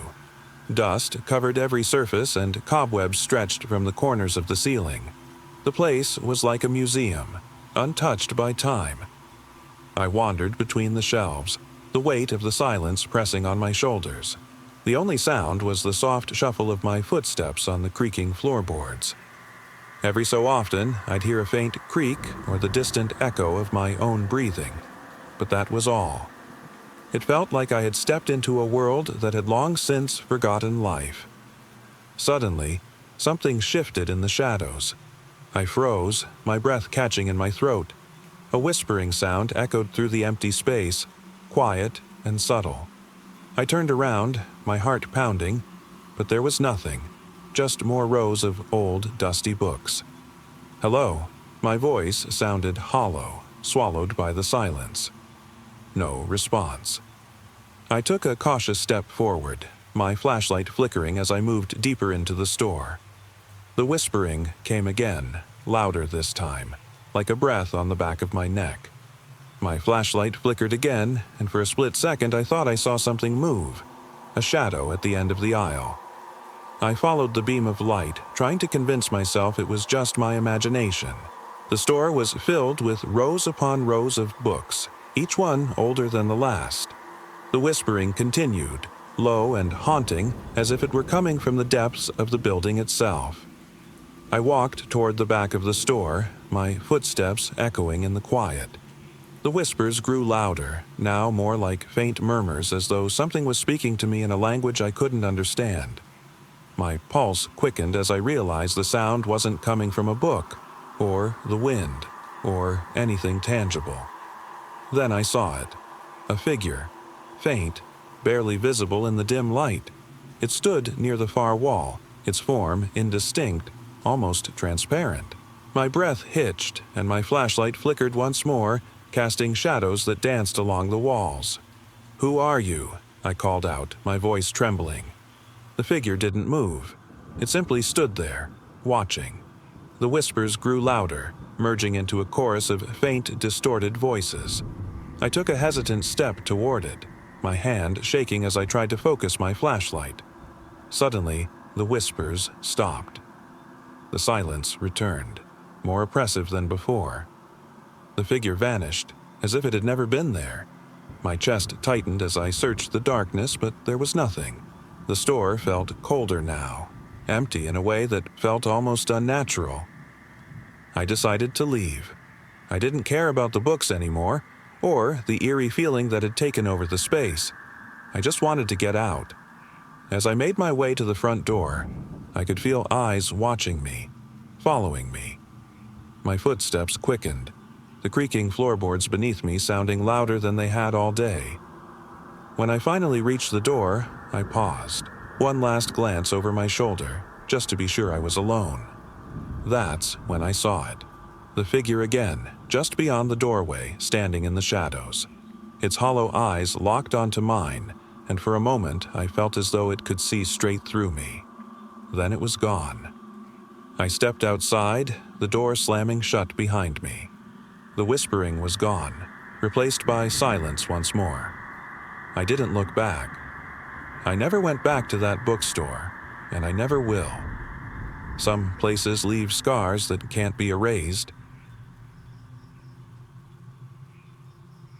It was a late autumn evening when my friends and I decided to take a spontaneous trip to an old, abandoned lighthouse on the edge of the coast. None of us had ever been there, and the place had always been rumored to be haunted. Skeptical, as we all were, we figured it would make for an eerie, atmospheric adventure. The lighthouse stood tall against the backdrop of a dark, churning sea. The wind howled through the skeletal remains of an old wooden pier as we parked the car a few miles down the narrow, winding road. The air was heavy with mist and the salty tang of the ocean. We all felt the shift in the atmosphere as we stepped out of the car, the warmth of the day fading fast. As we approached the base of the lighthouse, the shadows seemed to stretch longer, as if the darkness itself was watching us. The structure loomed in front of us, its once pristine white paint now weathered and peeling. The steps spiraled upwards into the sky, vanishing into the dense fog that had rolled in. "We'll split up," Matt said, his voice breaking the silence. That way, we cover more ground. One of us can check out the bottom while the rest go up. Against my better judgment, we agreed. I could feel the weight of the ancient stone beneath my feet as I started climbing, the sounds of my friend's footsteps fading below. Each creaking step seemed louder than the last, the wind growing stronger as I ascended. The higher I climbed, the colder the air became. I paused, turning back to glance at the fog that now swallowed the ground below. My heart pounded in my chest. It was so quiet, except for the sound of my own breath and the faint echo of the wind. When I finally reached the top, I pushed open the rusted door, stepping into the narrow space of the lighthouse. The view from the top was breathtaking. Mist rolling in every direction, the sea stretching out beyond the horizon, waves crashing against the rocks below. But something wasn't right. The air felt thick, as if it had a weight of its own. The sound of the wind was different now, more oppressive, as if it carried something more than just the chill of the ocean. I turned to scan the interior of the lighthouse, its walls lined with faded photographs of sailors and their families, some so old they were barely recognizable. That's when I saw it. The figure. It was standing by the window, its shape barely distinguishable from the fog. At first, I thought it was my imagination, but then I saw its outline, pale and gaunt, with hollow eyes that stared right through me. I couldn't move, couldn't breathe. My body felt frozen as the figure turned, slightly, facing me. "Who's there?" I whispered, my voice barely above a whisper. The figure didn't respond. It remained still, like a ghostly silhouette against the window. The wind howled louder, and I could feel the cold seeping through my jacket. My legs trembled as I slowly backed away, my hand gripping the cold metal railing. Suddenly, I heard voices below. "Guys, where are you?" It was Matt, his voice frantic. "Come on, we need to get out of here." "Matt," I yelled, panic rising in my throat. "There's something up here." Before I could react, the figure began to move, floating towards me with unnatural grace. My breath hitched as I stumbled backward, nearly losing my footing on the narrow stairs. I could feel the presence closing in, the figure growing larger with every step I took down. When I finally reached the bottom, my friends were waiting, eyes wide with fear. "What happened?" Sarah asked, her voice trembling. "I saw it," I managed to say, breathless. "It was up there, watching me." The rest of the night passed in silence. We didn't speak much as we packed up and left the lighthouse behind. The figure, whatever it was, haunted my thoughts, its hollow gaze etched in my mind. I still don't know what I saw that night, but sometimes, on quiet evenings, I find myself staring out into the fog, half expecting to see those hollow eyes watching from the distance. It was a late afternoon when my friends and I decided to explore the old lighthouse by the coast.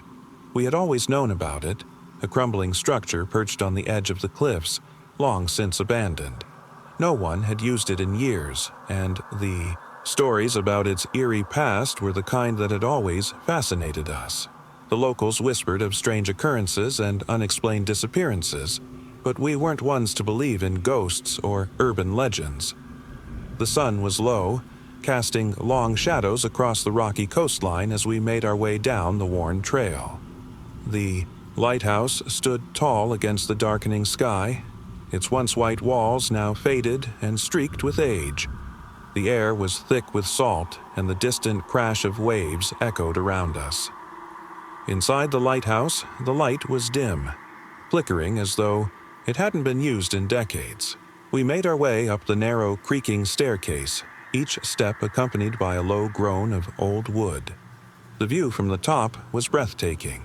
The ocean stretched out endlessly before us, the horizon blending into the sky. As we explored, the atmosphere grew heavier. The deeper we went into the lighthouse, the quieter it became. It was as if the building itself had swallowed the sounds of the outside world. We tried to brush off the creeping unease that settled over us. After all, old buildings had their quirks, right? That's when we found the door. It was at the back of the top floor, tucked into the corner of what should have been an empty room. The door wasn't locked, but it felt wrong to even touch it. It stood slightly ajar, as though someone had just stepped through and never returned. We hesitated, exchanging uneasy glances. Something about the air felt thick, oppressive. Still, curiosity won out. I stepped forward and pushed the door open, the sound of rusted hinges echoing in the silence. Beyond the door was a narrow hallway, dimly lit by a flickering bulb that buzzed faintly.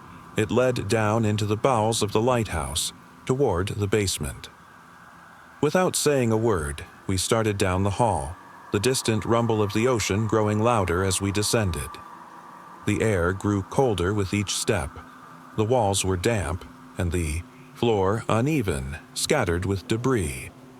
At the bottom of the staircase was another door, this one sealed with rusted metal hinges.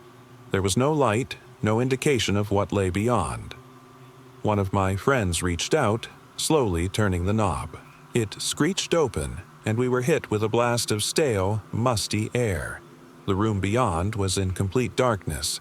We fumbled for our flashlights illuminating the space before us.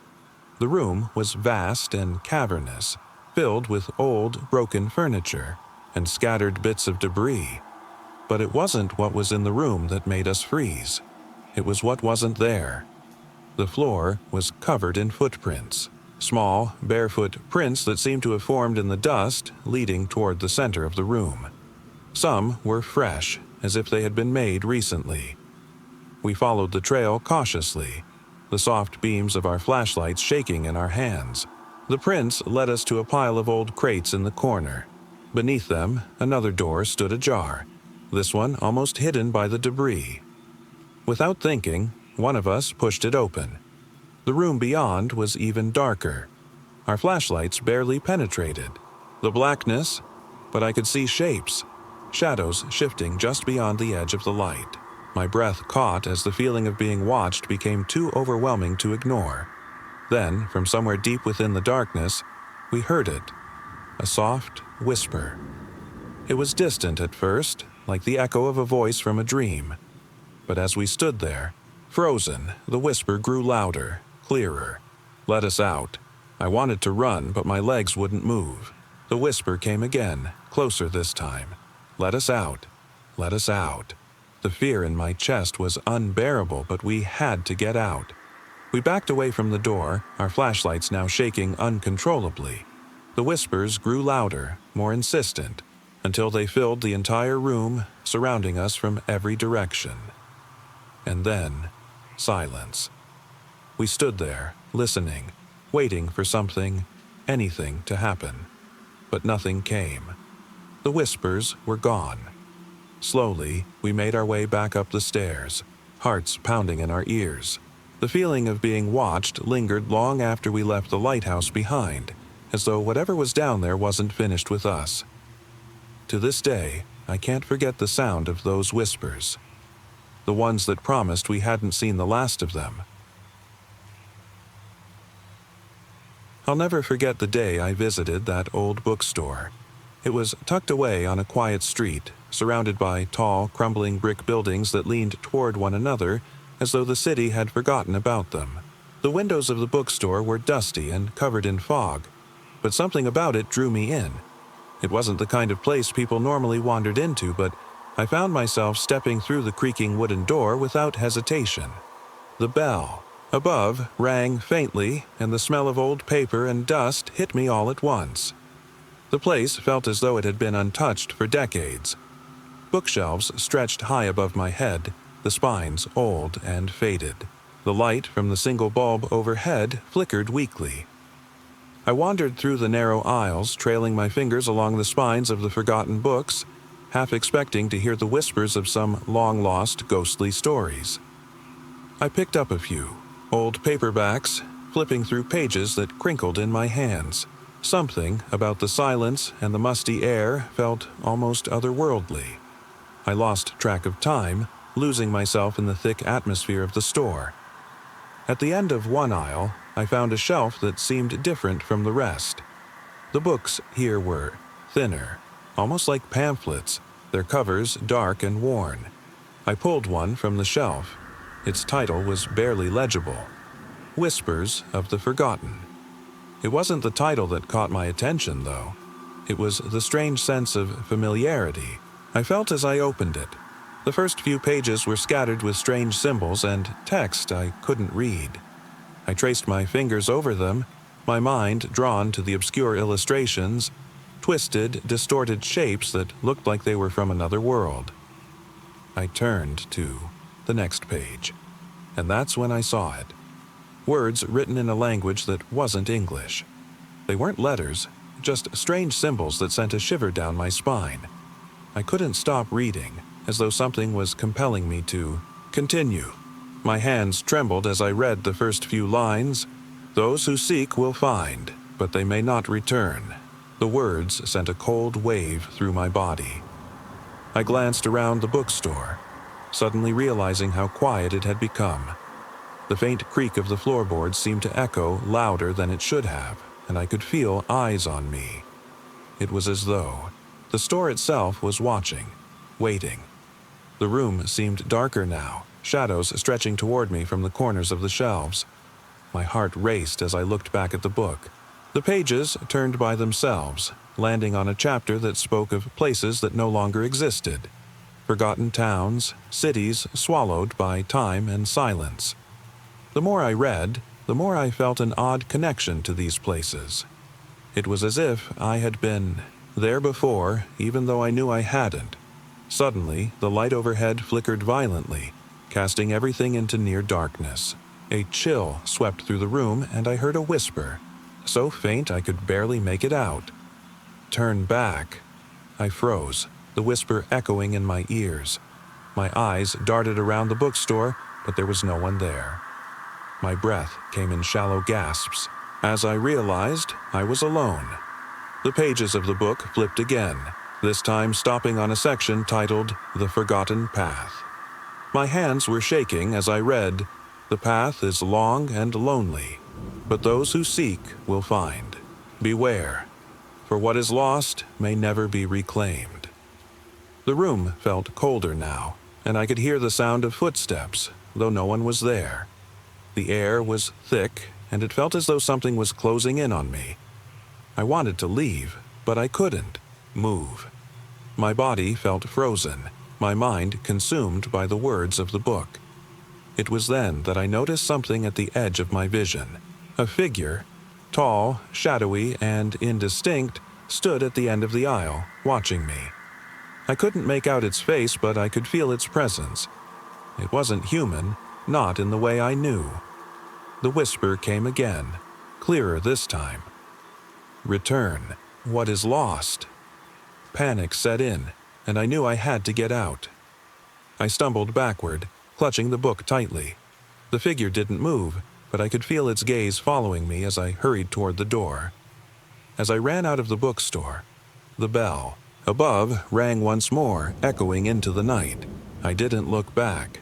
The streets outside were empty, silent, as though the city had swallowed the bookstore whole. I don't know what I brought with me from that place, but every night since I've dreamed of the figures and the whispers. There's a piece of that book still in my hands, and I wonder, will I ever be able to forget, or will I be drawn back seeking something I might not want to find? It was a quiet Sunday evening when I decided to take a drive through the old deserted countryside. I didn't have a specific destination in mind, just the open road and the fading light of the sun dipping beneath the horizon.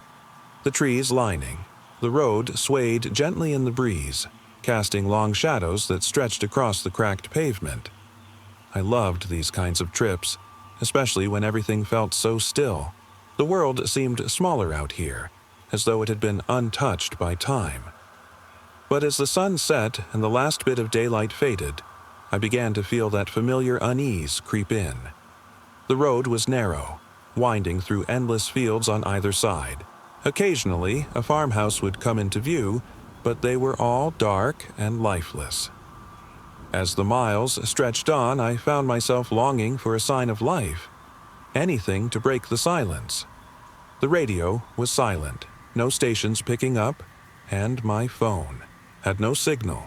I was completely alone. It was about halfway through my journey when I spotted something strange off to the side of the road, a figure standing by a mailbox completely still. At first, I thought maybe someone was waiting for a ride or walking back from a long walk. But as I got closer, something didn't feel right. I slowed my car, my eyes narrowing as I tried to make sense of what I was seeing. The figure wasn't moving, just standing there, like a statue carved from stone. It wasn't, until I passed, that I realized something even more unsettling. There was no house behind it. No house. Just an empty field that stretched on forever. I instinctively glanced in my rearview mirror, but the figure was gone. I didn't stop to think about it too long. Maybe my mind was playing tricks, but the feeling of being watched persisted.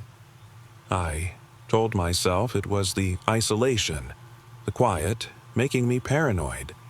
But as I drove further, the same sensation returned. It was like I wasn't alone. Every curve of the road, every shadow cast by the trees felt darker than it should. I couldn't shake the idea that someone, or something, was watching me. I reached for my phone again, hoping for even the slightest signal. Nothing. My stomach tightened as I clenched the steering wheel.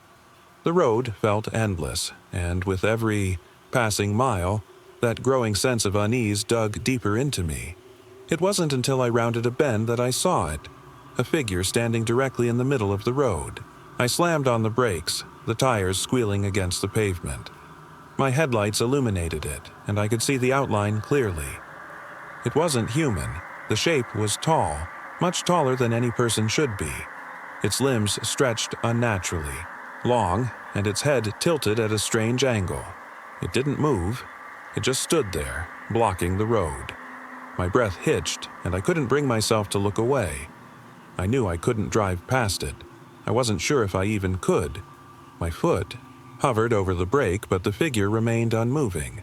It was as if it was waiting for something. Waiting for me. I sat there, frozen, until the silence became deafening. The air felt heavy, almost as if the very space around me had grown colder. My hands trembled on the wheel, and I realized I couldn't look away. It was like I was in a trance, my mind screaming to do something, anything, but my body refused to respond. Then, just when I thought I couldn't take the tension any longer, the figure moved, not forward, but upward. Its limbs stretched even more, reaching far above the car. And then, as if sensing my panic, it began to turn its head, slowly, as if observing me with curiosity. Its eyes, if it had any, seemed to pierce through the windshield. The next few moments felt like they stretched on forever, but then I did something I've never done before. I floored the gas pedal. My car roared to life, and I sped past the figure, my heart racing so fast I thought it might burst. In the rearview mirror, I caught a glimpse of it, still standing, still watching. But there was no fear on its face. Just a quiet, hollow gaze, as it disappeared into the darkness. I didn't stop until I reached a gas station much further down the road, where I finally managed to get a signal. I called my friends, my voice shaky as I told them what happened. They didn't believe me. How could they? Even now, I don't think I fully understand what I saw. But one thing is certain. I never drove through that part of the countryside again, and I doubt I ever will. I still remember that trip to the old library. It wasn't like the modern ones with glass walls and computer stations. This library had a heavy, musty smell, old wooden shelves creaking beneath countless books, the kind of place that felt like it hadn't been touched in decades. My friends and I had stumbled upon it while wandering through a quiet, forgotten town. The library sat at the edge of a narrow, winding street. We were drawn to it, not by any plan, but by sheer curiosity. It looked abandoned, its windows cracked, paint peeling from the facade. The sign above the entrance swayed gently in the wind, its faded letters barely readable. Inside, it was eerily quiet. The air felt heavy, as though the space itself had been sealed off from the world. Dust motes floated lazily in the dim light. I remember feeling a strange stillness, as if the room itself was holding its breath. There was no one there, just the four of us. We wandered through the aisles, running our fingers along the spines of the old books, their titles long forgotten. The atmosphere was strange, almost oppressive. The silence seemed to throb, each creak of the wooden floorboards louder than it should have been. It wasn't until I stumbled across an old journal resting on one of the shelves that things started to feel off. The journal was thick, its cover worn with age.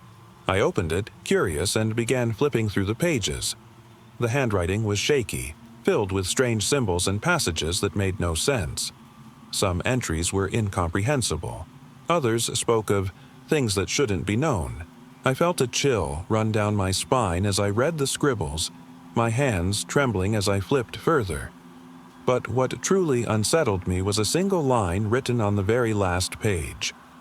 It was as if someone had scrawled it in a panic, hurried and jagged. "They are watching. They have always been watching." I slammed the journal shut, my heart racing. I glanced over my shoulder, expecting to see something. Anything. But the library remained empty. The others were still exploring, oblivious to the unease that had taken hold of me. I hurried to put the journal back, but when I turned around, the air grew colder. A shadow shifted in the corner of my vision. I turned, but there was nothing there. Just the same old shelves and the thick silence. My friends returned, laughing about some old book they'd found. I couldn't tell them about what I had seen. What if they thought I was imagining things? Or worse, what if they laughed it off like it was nothing? We stayed for a while longer, trying to enjoy the quiet atmosphere. But every so often, I felt those eyes again. Watching, always watching. The feeling stayed with me long after we left the library, and to this day, I wonder who or what was there, waiting for us. It started on a warm summer evening. I decided to take a long walk through a park near my apartment. It wasn't particularly special, just one of those city parks with paved paths, trees, and a small pond that people like to visit on weekends. I wasn't expecting much, just some fresh air and a bit of peace. As I walked, the sun dipped lower, casting long shadows from the trees. The place was mostly deserted, save for a few scattered families and couples enjoying the cool evening. I passed a group of kids playing near the pond, their laughter echoing off the water. It was peaceful, almost serene, and I welcomed the quiet. I hadn't wandered far when I noticed something strange. A bench further along the path was occupied by a figure sitting completely still. At first, I thought nothing of it. Maybe someone deep in thought, taking a moment to rest. But as I got closer, I saw that there was no movement, no indication that they were alive. I stopped a few paces away, studying them from a distance. The figure was slouched forward, their head bowed as if lost in thought. But something wasn't right. Their posture wasn't relaxed. It was unnatural. They sat there, motionless, not responding to the world around them. Even the gentle evening breeze seemed to avoid disturbing them. I stood there, unsure whether to approach. Something felt off, like they were not supposed to be there. Slowly, I took a step closer, my breath coming a little quicker. The closer I got, the more I realized that the figure wasn't breathing. I froze. My mind raced as I tried to rationalize what I was seeing. Maybe they were asleep, but how could they sit like that, so completely still? I glanced around, trying to gather my thoughts. There were no signs of life anywhere nearby. I felt an overwhelming sense of dread, as though I had stepped into a world that wasn't meant for me. My instinct was to leave, but something held me there, rooted to the spot. A quiet voice in my head told me to stay, that I couldn't just walk away from this. I stepped closer, my breath shallow as I tried to make out any detail, anything that could tell me they were alive. That's when I saw it. The face, pale, void of any expression. It wasn't the stillness that terrified me most, but the eyes. They were open, but they didn't reflect light, didn't seem to see. There was no life behind them, only emptiness. I took another hesitant step forward, my heart pounding harder now. The figure didn't move. I reached out slowly, trembling fingers brushing against the arm. It was cold, unnaturally cold, like they had been there for ages. Terror surged through me, but before I could turn and run, a faint whisper reached my ears, barely audible above the silence. It was a voice, hollow and distant.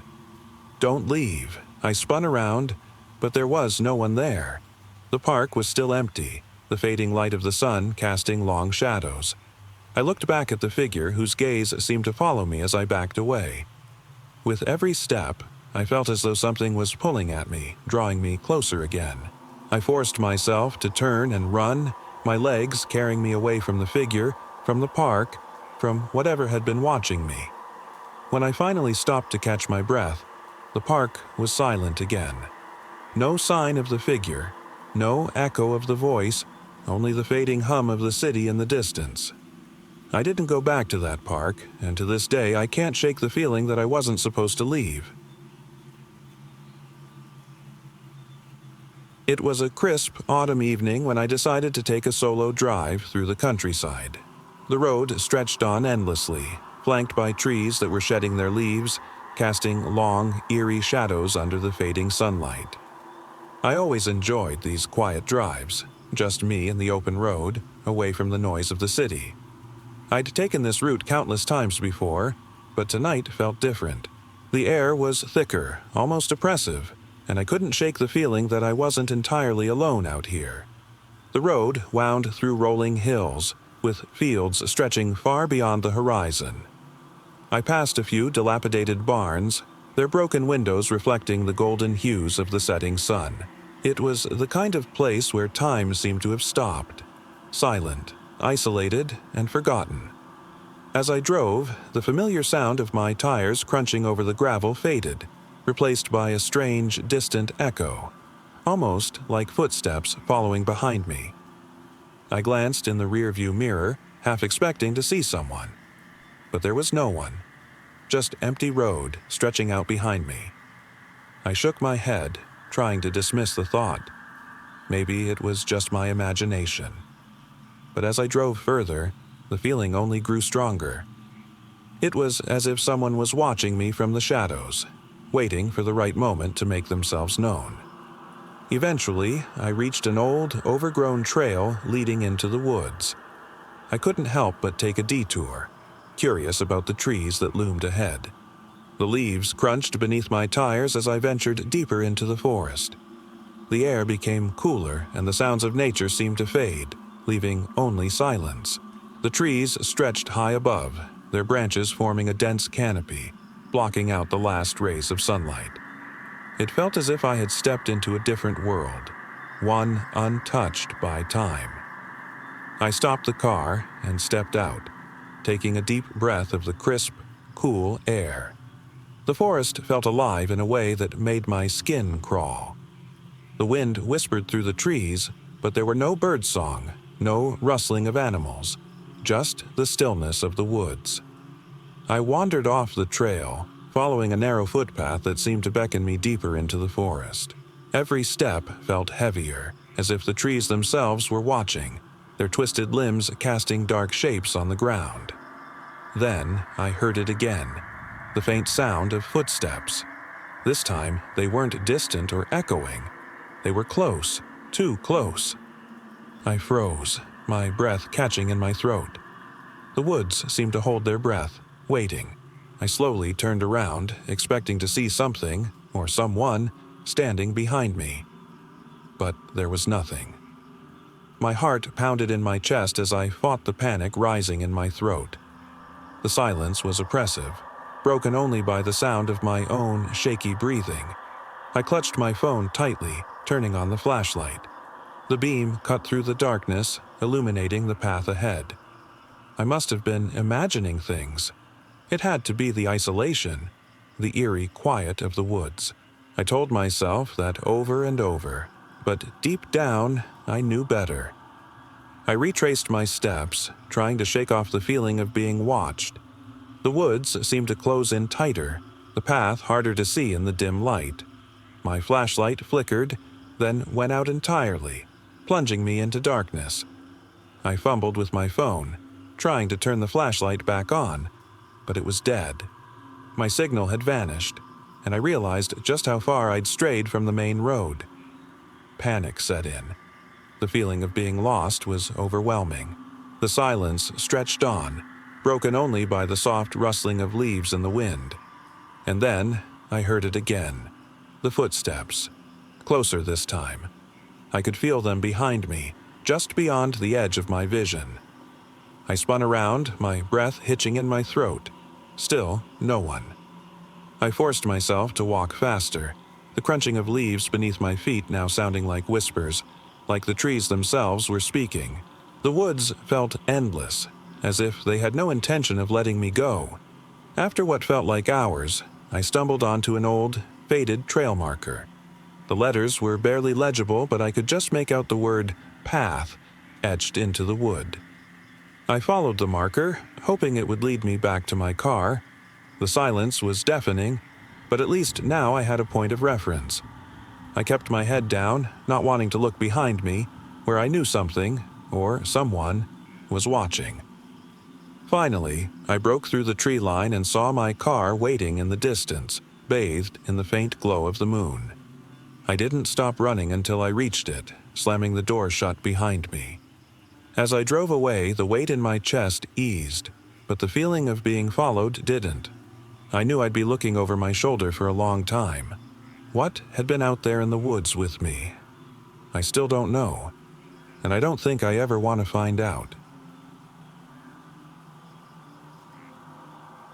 I don't remember exactly when I noticed something strange. It wasn't a specific moment, more like a slow, creeping feeling that followed me for days. I was spending a week at my family's lake house, a place we've always gone to relax. Nothing special, just a quiet cabin on the edge of a still lake surrounded by forest. The first few days were peaceful, just me and my parents. We spent our time fishing, hiking, and reading. The lake was calm and the forest stretched endlessly around us. I figured it was just one of those perfect summer trips where nothing goes wrong. But then the dreams started. I'd wake up in the middle of the night, soaked in sweat, my heart pounding. The dreams weren't anything like the usual ones. No monsters, no shadows lurking in the dark. It was more like silence. A deep, oppressive silence that felt too heavy to breathe in. The forest, the lake, it was all too quiet. I could hear my own breathing and nothing else. No crickets, no rustling leaves, no waves lapping at the shore. Just a complete void of sound. The third night, it happened again. I tried to shake it off, telling myself it was just the quiet surroundings messing with my head. I got out of bed and stepped onto the small porch, hoping a breath of fresh air would clear my mind. But as soon as I stepped outside, I felt it. Something wasn't right. The lake, usually serene and reflective, had become unsettlingly still.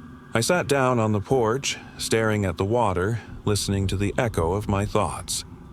Then I noticed something. The surface of the lake wasn't calm anymore. It had started to ripple. Not from any wind, but from something beneath it. At first, I thought maybe it was just a fish or some animal moving through the water, but the ripples weren't natural. They formed a pattern, slow and deliberate. A figure, faint and shadowy, began to emerge beneath the surface. I froze. The figure didn't resemble a person. It was long, distorted, its limbs unnaturally elongated, moving like it was struggling to pull itself from the depths. Its eyes, if they could even be called that, were hollow and dark, like the void beneath the water. I couldn't look away. I wanted to scream, to run, but my body wouldn't move. The figure seemed to glide toward me, its movements unnatural, like something from a dream, too wrong to be real. I could feel its gaze, even though it had no visible face. I couldn't comprehend what I was seeing, but I knew it wasn't something human. Then it vanished. The water grew calm again. I blinked, not sure if what I had seen was real. The air felt heavy, and I sat there for what felt like hours, too afraid to move. Eventually, I forced myself back inside, locking every door and window. The next morning, my parents woke me up as if nothing had happened. The sun was shining, and everything seemed normal. We went about our day, fishing, laughing, trying to forget about the quiet nights. But I knew deep down that something had changed. It's been years since that trip, but I still visit the lake house. The dreams haven't stopped, and sometimes in the stillness of the night, I wonder if I'll see that figure again, waiting beneath the surface, watching.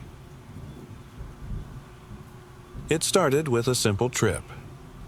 Me and a few friends decided to rent a small lake house nestled deep in the woods. We were looking for a peaceful weekend away from the noise of city life. The house was old, wooden, surrounded by towering pines and the quiet hum of nature. We thought it would be perfect. Serene, isolated, and far from any distractions. The first night was calm. We unpacked, had a few drinks, and sat by the fire. The lake, reflecting the full moon, seemed endless and still. The wind whispered through the trees, and I could almost feel the tension from the city melt away. It felt too quiet, though, unnervingly so. But we brushed it off, telling ourselves it was just the stillness of the woods at night. It was around midnight when I woke. I'd drifted off in one of the old wooden chairs by the window. Something stirred in my dream. I sat up and rubbed my eyes. The fire had died down to glowing embers, and the room was cast in darkness. That's when I heard it. Soft tapping. I assumed it was rain, but the sky was clear. The sound came again. Light, but deliberate, like something was trying to get my attention. I turned my head toward the window, listening, expecting to see raindrops. But there was nothing there. I waited, my breath shallow, listening for whatever could be making the noise. Then, through the corner of my eye, I saw something move. Not a shadow, not a figure. It was a shape. Indistinct, something that seemed out of place. I froze. My heart pounded as I scanned the dark outline of the woods outside. The trees seemed to stretch endlessly, their tops swaying in the wind. Whatever was there wasn't a part of the forest. It felt like it didn't belong. I got up slowly, every step creaking on the old wooden floor. The tapping continued, but now it wasn't just at the window. It was all around the house, soft, rhythmic, almost musical.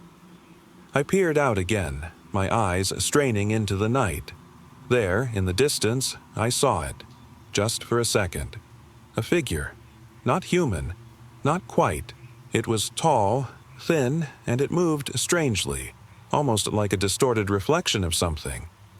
I stumbled backward, my hand gripping the wall. My mind raced. Was it a trick of the light? Was I imagining things? But the fear was too real. Something wasn't right. The tapping stopped. The silence that followed was deafening. I wanted to call out to my friends, but my voice wouldn't work. The air felt colder, like something had seeped into the house. Then I heard it. The voice. Soft, almost a whisper, but it carried through the room like it was right next to me. Come outside. It wasn't coming from anywhere in the house. It was outside. The chill in my bones deepened. I felt like I was frozen, rooted to the floor. I wanted to scream, but all I could do was listen. The door creaked open on its own. I didn't remember leaving it unlocked. The figure I had seen before was now closer, just beyond the porch. It wasn't moving, just standing there, watching the house. I wanted to run, but I couldn't. My legs felt like stone. The whisper came again, sharper this time. Let me in. I blinked, trying to comprehend what I was seeing. The figure took a step closer. It was unnatural. Wrong. Its skin was pale and stretched too thin, and its limbs moved like they weren't quite attached to its body. Panic surged through me. I forced myself to turn and sprint toward my friends' rooms. The taps on the window started again, louder, as if they were chasing me. I could feel something behind me, something that wanted to get in. I burst into their room, screaming, and dragged them from their beds. They were groggy at first, but the fear in my voice made them realize something wasn't right. We rushed out the back door, not daring to look back. The figure never followed us. We left the cabin behind, not stopping until we reached the edge of the woods where we could no longer see the house. It wasn't until hours later, as we sat in a diner miles from where we started, that I finally spoke. "I think we were followed," I said, my voice trembling. "I think something was waiting for us. None of us wanted to go back. None of us ever did." It started as an ordinary evening. I was driving home after spending the day clearing out my grandmother's old attic. The house had been untouched for decades, filled with boxes of forgotten memories. It had been a long, dusty day, and now I was finally heading back. The sun had set hours ago, and the country roads were quiet, stretching endlessly into the darkness. The radio had been static for the past few miles. I didn't mind. The road ahead was barely lit by the faint glow of my headlights, casting long shadows that danced across the trees lining the sides of the road. It was peaceful, except for the growing unease that had been settling in my chest since I left the house. About halfway home, the road curved sharply, and ahead, I noticed something unusual. A figure stood at the edge of the road. I slowed the car, my stomach tightening. It was a woman, I could tell even from a distance. She wore a long, flowing dress that billowed slightly in the wind. She was staring directly at my car, unmoving. I slowed to a crawl, unsure what to do. As I passed her, my heart pounded harder. I glanced at her through the rearview mirror. She was still standing there, motionless, as if frozen in place. I didn't know why, but I couldn't shake the feeling that something wasn't right. A few minutes later, I heard it. A faint knocking sound, soft but persistent. It came from the back of my car, barely loud enough to hear over the hum of the engine. I slowed even further, my hands tightening on the steering wheel. I kept glancing into the mirror but saw nothing but the empty stretch of road behind me. The knocking continued, growing louder now, more urgent. I didn't dare stop. My mind raced. Was it just my imagination? Some kind of mechanical noise? But it didn't sound mechanical. It was too deliberate. And then, just as I was about to pull over, the knocking stopped. For a long stretch, there was silence. The kind of silence that feels oppressive, as if the world itself is holding its breath. I gripped the wheel tighter, eyes glued to the road ahead, waiting for something. Anything. It wasn't until I neared the edge of town that I saw her again. The woman from before, standing by the side of the road. This time, she was closer, and in the moonlight I could see her face. Her eyes were hollow, black holes staring directly at me. My breath caught in my throat as I realized she wasn't just standing there. She was walking. But it wasn't the slow, deliberate steps of a living person. It was as if she was drifting, gliding with unnatural ease. I tried to tell myself it was just some wandering spirit, a hallucination maybe. But the fear clawing at my chest was real. My hands trembled as I gripped the steering wheel tighter. As I passed her, I braced myself for the sound of her voice, but it never came. I didn't look back. I couldn't. When I finally reached my house, I was shaking. I locked the door behind me and didn't bother looking back. I didn't go out the next night, or the one after that. And I've never seen that woman again. But some nights, I swear I can still hear the faint sound of knocking. I was driving home late after finishing a long day at the plant. The road was empty, winding through hills and fields that stretched on for miles. It was one of those stretches where there's nothing but darkness, just you and the headlights cutting through the night. I preferred it that way. No distractions, no noise, just the hum of the engine and the occasional crackle of the radio. It had been a rough shift. The plant was always loud, always hot, but tonight felt different. A strange feeling had been hanging over me all day, a low, persistent unease that I couldn't shake. I kept thinking about the strange, flickering shadows that danced on the walls of the machinery room and the echoing creaks I heard whenever I moved too far away from the others. I tried not to let it get to me, but something wasn't right. The radio crackled again and I turned it down, the silence of the night settling in once more. As I drove, I noticed how still everything was. Even the usual hum of insects seemed to have disappeared. It wasn't just quiet, it was wrong. The kind of silence that makes you feel like something is waiting just beyond the edge of your vision. I passed through a stretch of trees, their branches hanging low, creating dark tunnels over the road. I glanced into the rearview mirror, half expecting to see someone, or something, following me. The mirror reflected only my car and the empty road behind me. As I came around a bend, the headlights caught something strange ahead. It wasn't a roadblock or an animal. It was a figure, standing motionless by the side of the road, wearing a long coat that blended into the night. My heart stopped for a moment. I didn't recognize the figure, and the fact that it was just standing there, perfectly still, made my stomach churn.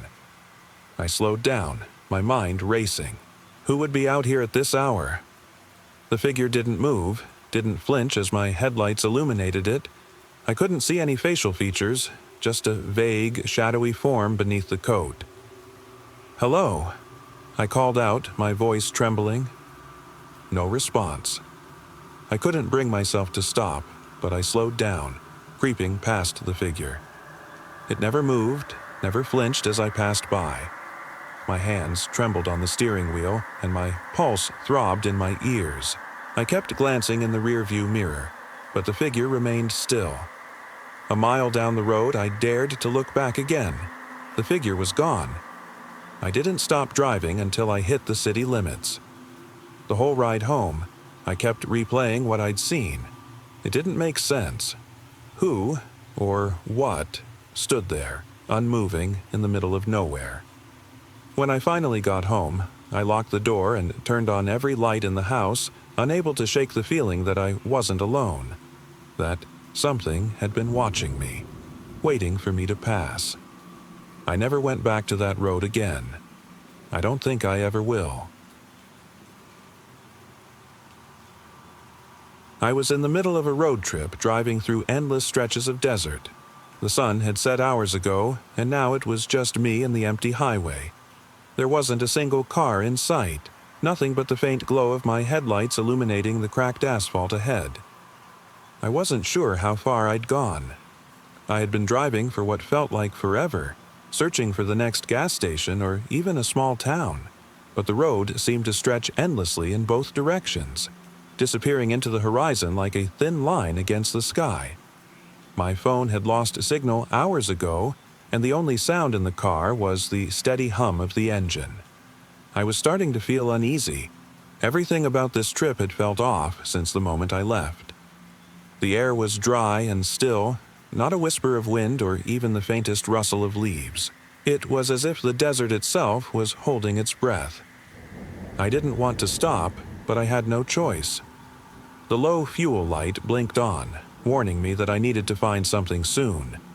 My eyes searched the horizon, hoping for a sign of life, a flicker of light, anything. But the desert was vast and empty, stretching out in all directions. After what felt like hours of driving, I finally saw something. In the distance, a faint glow of light, maybe a gas station or a motel. I couldn't tell which from this far away. But hope surged through me, and I pushed my foot down harder on the gas pedal. As I got closer, the light became clearer. It wasn't a gas station or a motel. It was a building, old and crumbling, its walls covered in cracked paint. A small, flickering sign hung above the entrance, barely legible in the fading light. It read, "The Oasis." My stomach twisted. It looked abandoned, forgotten. But at this point, I didn't care. I needed fuel, water, something, anything to keep going. I parked my car in front of the building and stepped out, the heat still radiating off the pavement. The air smelled dry and dusty, the kind of scent that clings to your throat. The front door creaked open as I pushed it. Inside, it was dimly lit by a few bare bulbs dangling from the ceiling. The shelves were empty, covered in a thick layer of dust. The coolers were all shut, ice long melted. It felt more like a ghost town than a place meant to serve travelers. "Hello," I called out, my voice sounding hollow in the silence. No reply. I moved through the aisles, hoping to find a supply of water or something to drink. But there was nothing. The only sound was my footsteps echoing against the cracked tile floor. It was eerie. The silence felt oppressive, as if the desert had swallowed up everything, leaving only this empty space behind. I made my way to the back of the store, where an old counter sat, covered in cobwebs. A small radio sat there, its antenna bent, dust coating its surface. I picked it up, hoping maybe I could get some signal, but static hissed from the speaker. Nothing but dead air. Desperation started to set in. I glanced at the clock on the wall. It was nearly 2 a.m. I had no idea how far I was from anything. I was isolated, completely alone in this vast, empty desert. Then I heard it, a faint, rhythmic tapping. It echoed from the direction of the front door. I froze, listening intently. The tapping continued, soft, deliberate, steady. It wasn't the wind. It didn't sound like something natural. "Who's there?" I called, my voice trembling. No answer. I crept toward the front, my heart hammering in my chest. The tapping grew louder, more insistent. It wasn't coming from outside, but somewhere inside the building. I couldn't tell where exactly. It sounded like it was right in front of me, but there was nothing there. I turned to look back at the counter, and that's when I saw it. A dark shape standing behind the glass. It wasn't human. It had no distinct features, just a shadowy, distorted form. It was watching me. I could feel its eyes, though I didn't know how that was possible.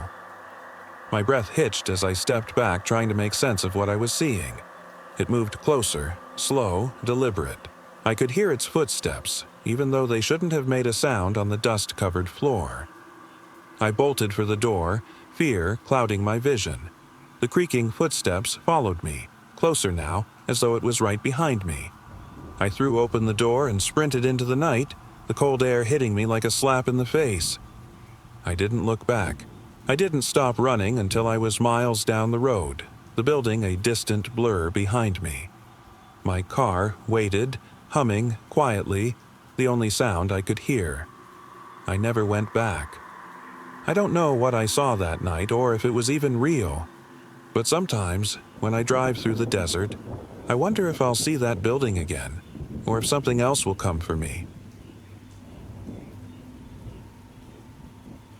It was supposed to be a quiet trip to the lake, just a few friends and I, escaping the city for the weekend. The plan was simple: set up camp by the water, fish, and relax under the stars. No cell service, no distractions, just nature. I had been looking forward to it, needing the break from the noise of everyday life.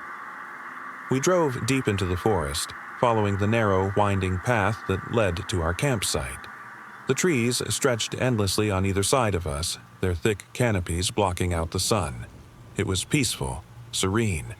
We found a spot right by the edge of the lake, unpacked and set up our tents. As the sun began to dip behind the trees, we built a fire, roasting marshmallows and enjoying the quiet. Night fell quickly, the lake reflecting the faint glow of the crescent moon. We sat around the fire, telling stories and laughing. It was as perfect as I had imagined. But then the noises started. At first, it was faint, barely noticeable, a soft, echoing hum, as if the forest itself was breathing. I mentioned it to my friends, but they waved it off, saying it was probably just the wind through the trees. I wasn't so sure. The sound didn't seem natural, and the longer we listened, the more it felt like it was growing closer. Eventually, we all fell silent. The hum had turned into something more distinct, a series of low, guttural whispers. I strained to hear what they were saying, but they were too faint, too distorted. It felt as though they were coming from the trees, surrounding us, but there was no one there. One of my friends, Mark, stood up abruptly and walked toward the edge of the campsite. "It's nothing," he muttered, his voice shaky. "Just the forest playing tricks." But I could see the tension in his shoulders. The whispers hadn't stopped. If anything, they were louder now, more distinct. And then there was a sound that made my blood run cold. A faint scratching. Not from the trees or the ground, but from inside the forest itself. It was like something was clawing its way closer, scraping against the bark. "Did you hear that?" I asked, my voice trembling. Mark didn't answer. He was frozen, staring at the trees like he'd seen a ghost. And then it happened. A figure stepped out from the shadows. It wasn't human, not entirely. Its form was thin and gaunt, almost skeletal, but its face was obscured by darkness. No features, no eyes, just emptiness. It moved toward us, its steps slow and deliberate, as if it didn't belong in this world. The whispers had become screams now, piercing and agonized. I could feel my heart racing, my body frozen in place. My friends were shouting, but the sound of their voices barely registered. The figure was getting closer, the scratching louder, almost as if it were dragging itself through the trees. And then, just as suddenly as it appeared, the figure stopped. It stood there, maybe a few feet away, completely still. I couldn't move, couldn't look away. The whispers had stopped too, replaced by an unbearable silence that felt like it was suffocating us. The air grew colder, heavy, almost suffocating. I could see my breath in the night. Then, from behind us, another sound. The faintest rustle of footsteps.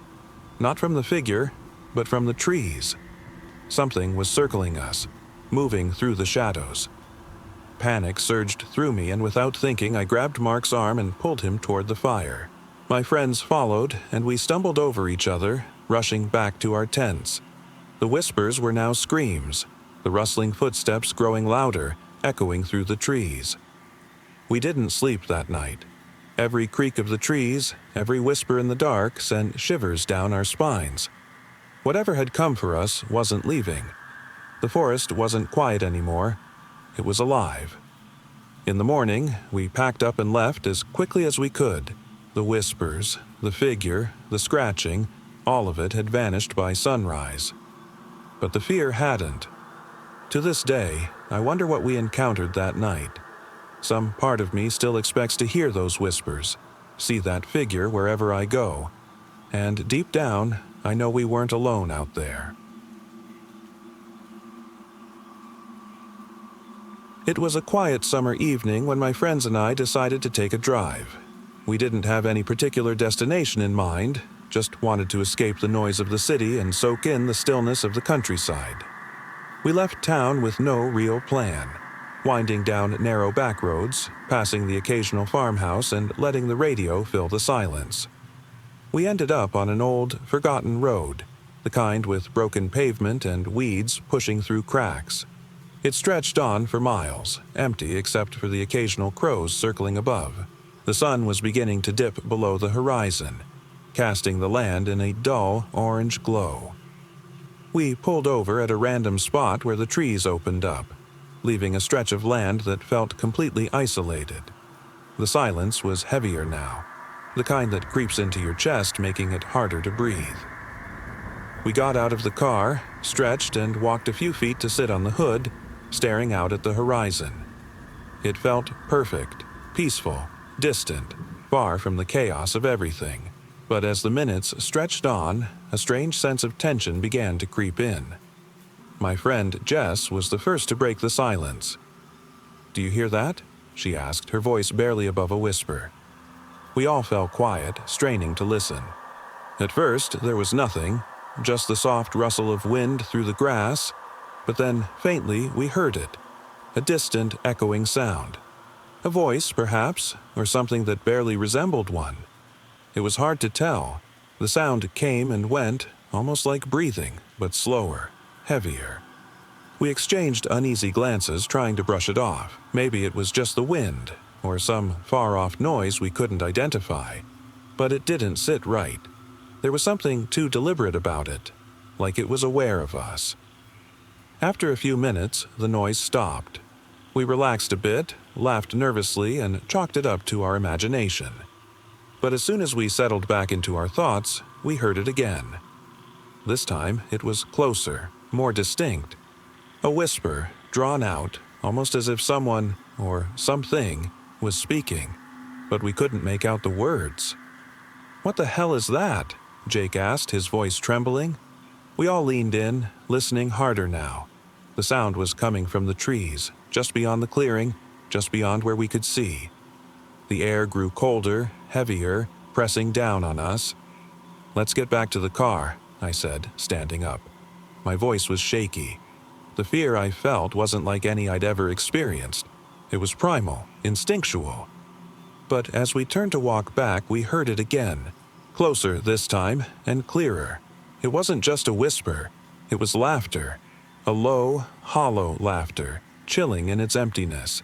It didn't sound like any human laugh. It wasn't playful. It was wrong. We didn't speak. We didn't dare.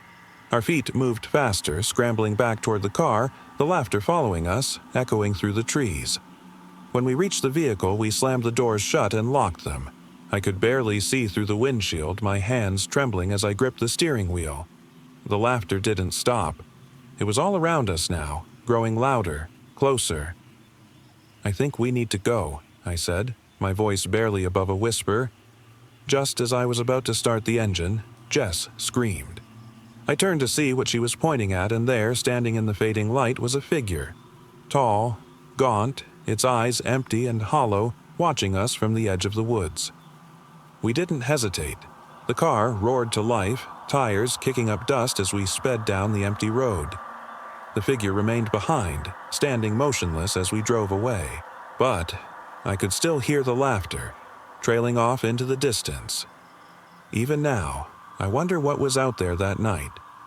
I've tried to convince myself it was just some animal, something we couldn't understand. But the look in its eyes, empty and hollow, tells me otherwise. Whatever was there, whatever followed us, is still out there. It was a lazy Sunday afternoon when I decided to explore the old, deserted factory on the outskirts of town.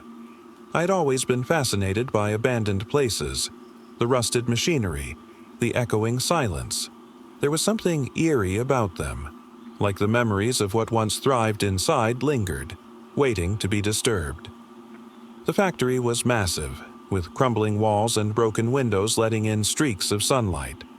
Most of the machinery was old and covered in dust, but it was still intact enough to give me a glimpse of what it must have been like in its prime. I wandered through the halls, the sound of my footsteps echoing off the empty concrete. At first, everything seemed normal, almost serene, but there was a subtle, underlying feeling of tension.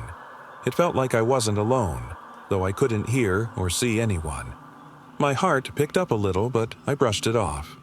Abandoned buildings always gave off that vibe.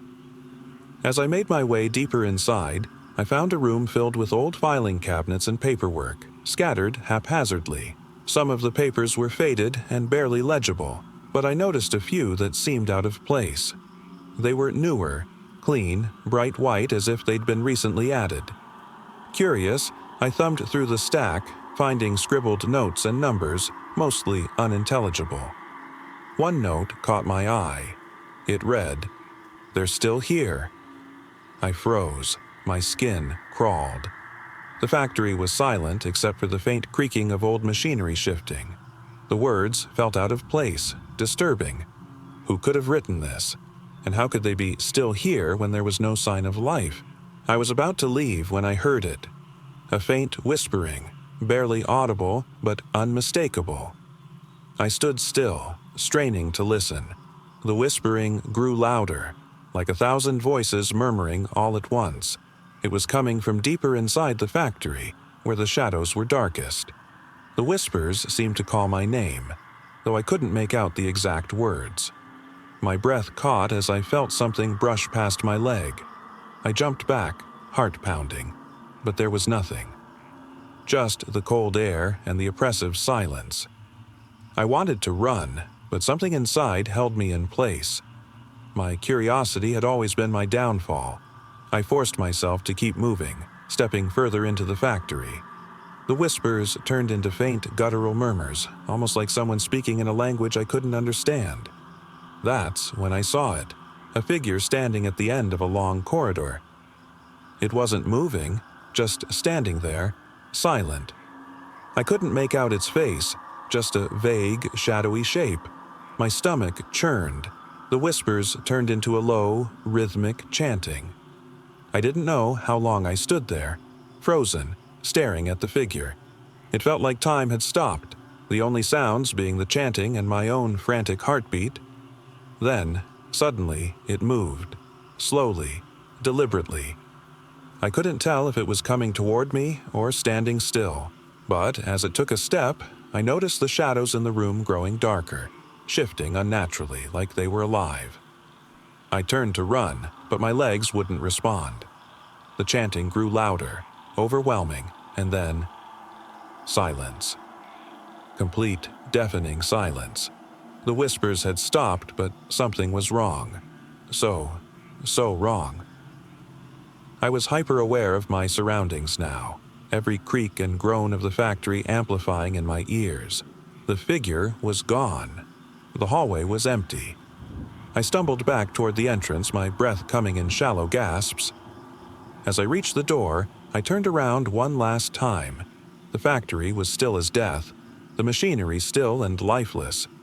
But through one of the broken windows, I swear I saw something. A shadow, far off in the distance, just standing there, watching. I don't know what I saw, or who, or what was there with me. I left the factory that day, and I've never gone back. I'm not sure if whatever was there ever really left. It started with the sound of knocking. A rhythmic, insistent knocking that echoed through the otherwise silent apartment building. It was late, way past midnight, and everyone else had long since gone to bed. I was on the second floor, alone in my small one-bedroom apartment, the kind of place where the walls are thin and every sound feels amplified. I had just finished reading when I first heard it. Knock, knock, knock. 3 soft taps. I assumed it was my imagination at first, some sound from outside or in the building. But then, after a moment of silence, it came again. Louder this time, as if whoever was knocking had grown impatient. I set the book down and walked to the front door, listening closely. The knocking wasn't coming from outside, it was coming from the wall behind the couch. At first, I didn't know what to make of it. The wall was solid, and there was nothing on the other side. No neighbors, no rooms, just the faint echoes of an empty hallway. The knocking continued, relentless, as though something was trying to get my attention. I backed away from the door, heart pounding. The sound wasn't going away. It wasn't random either. There was a pattern, like someone had a method. It wasn't someone outside. It felt deliberate, as if whoever or whatever was doing this knew I was here. I tried to convince myself it was the wind or a pipe, but the knocking was far too deliberate. Too precise. I sat on the edge of the couch, staring at the wall, waiting for it to stop. But it didn't. Hours passed, and the knocking never wavered. By now, I was too scared to go near the wall. Sleep felt impossible. I was paralyzed by the thought that someone, was on the other side trying to reach me. When morning finally arrived, the knocking had stopped. The silence that followed was almost worse than the noise. I checked the wall, tapped it, but there was no indication of anything unusual. No hidden door, no cracks, just a regular wall, flat and smooth. I told myself it was over, that my imagination had gotten the better of me. But when I opened the front door to check the hallway, I froze. There, scrawled across the wall in what looked like smeared dirt, were 3 words. Let me out. I slammed the door shut and didn't sleep again for days. I didn't believe in anything strange, spirits, haunted places, or anything that couldn't be explained by science. That is, until the night we went camping deep in the forest. It was supposed to be just a quiet weekend away from everything, but what we encountered still haunts me. We found a spot off the beaten trail, miles from the nearest campground. The forest was alive with the sounds of rustling leaves and distant birdsong. It felt peaceful, remote, and untouched by the outside world. We set up camp beneath towering pines, built a fire, and shared stories late into the night. It wasn't until we fell silent that I realized something was off. The usual sounds of the woods, the rustling leaves, the gentle hum of the breeze, had stopped. Completely. The night felt unnervingly still. Even my friends, usually loud and talkative, grew quiet, as though we were all waiting for something we couldn't name. Around midnight, the wind returned, but it was no longer gentle. It howled through the trees with a ferocity that seemed unnatural. The fire flickered erratically, casting distorted shadows on the forest floor. I shifted uneasily in my seat, glancing around. The shadows seemed to twist and move in ways they shouldn't. That's when we heard it, the sound of someone walking through the underbrush. Slow, deliberate steps that didn't match the sound of any animal I knew. It wasn't the crunch of leaves or the soft padding of paws. It was something heavier, more human, but not quite right. "Did you hear that?" one of my friends whispered. We all nodded, our nerves taut. I felt the cold grip of fear tightening around my chest. "Maybe it's an animal," I offered weakly, though none of us truly believed it. The footsteps grew louder, circling our camp. They came from all directions, and it didn't take long to realize whoever, or whatever, was moving wasn't trying to hide. They wanted us to hear. I stood up, heart racing. "Let's get out of here," I urged, but my legs felt like lead, unwilling to move. My friends followed my gaze as we watched shadows creep closer through the underbrush. Then it happened. From the trees, something emerged. Something that wasn't human, but not quite a creature either.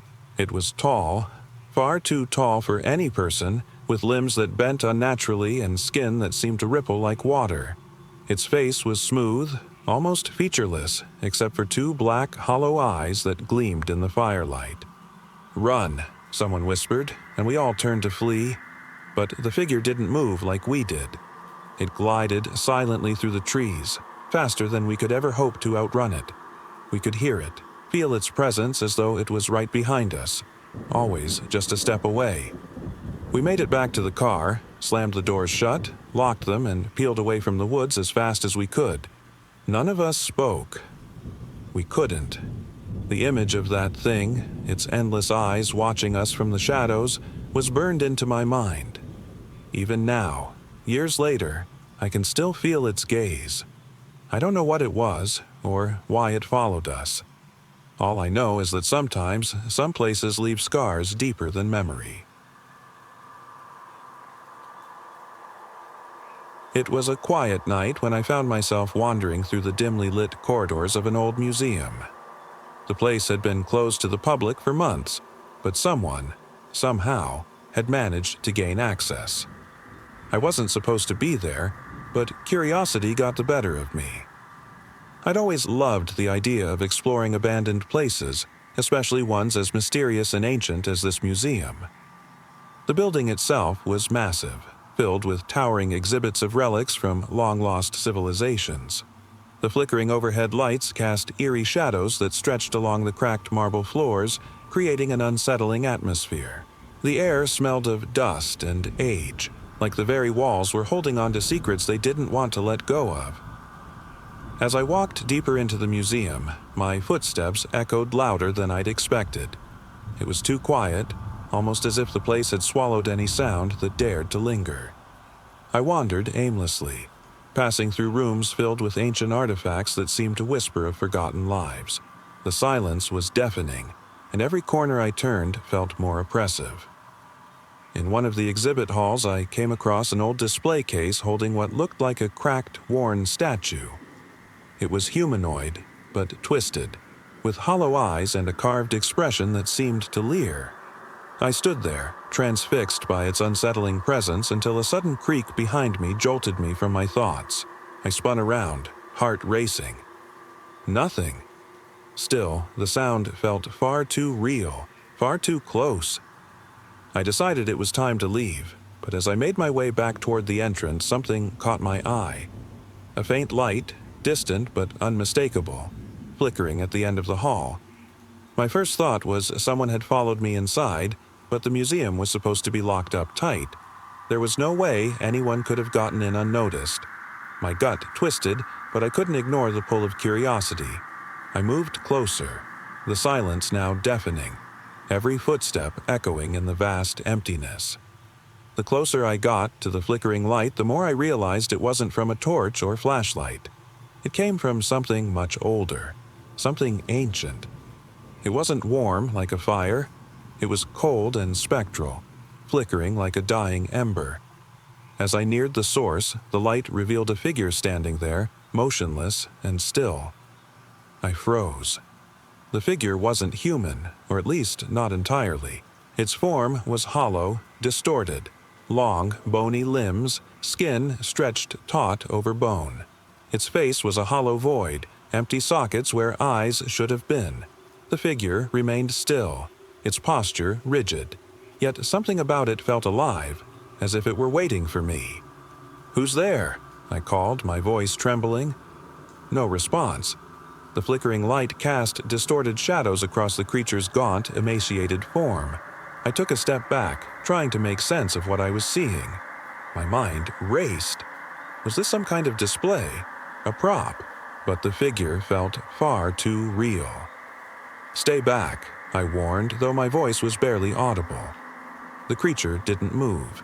It simply stood there, unmoving. The light flickered again, and in that brief moment of brightness, I saw something. A glimpse of its mouth twisting into a grotesque smile. The kind of smile that didn't belong to any living thing. I knew then that whatever this thing was, it wasn't from this world. Panic took hold, and I spun around to run, my breath hitching as I sprinted through the darkened halls, the flickering light fading behind me. I didn't stop until I reached the exit, pushing open the heavy door and stepping out into the cool night air. The museum was silent again, but I could still feel the weight of whatever I had seen. I don't know if it was a spirit, a lost soul, or something far worse. But I knew one thing for certain. Whatever that thing was, it was still there, waiting in the shadows.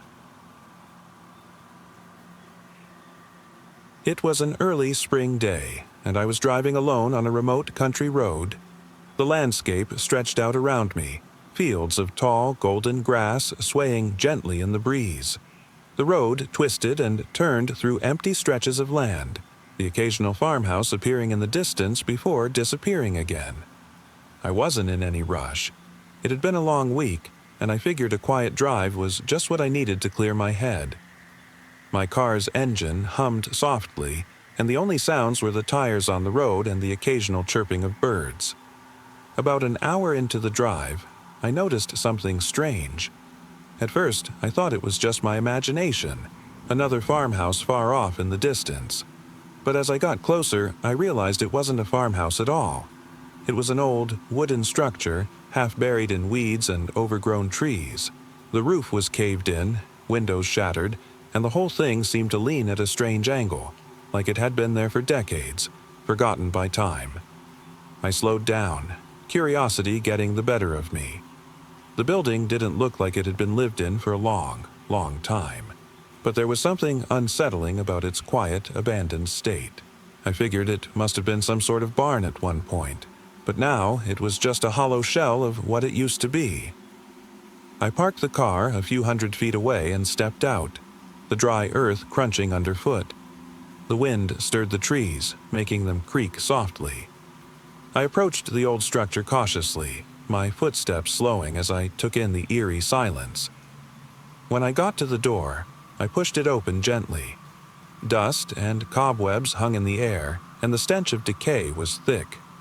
It smelled like something had died in there and never been removed. My flashlight flickered to life, casting long shadows across the interior. Inside, the place was a mess. Rotting beams, broken furniture, and scattered debris.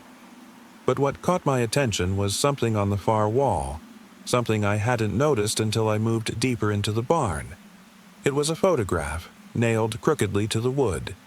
The image was yellowed with age, almost too faded to make out, but I could tell it depicted a family, 2 parents and 3 children, standing in front of the barn with smiles frozen on their faces.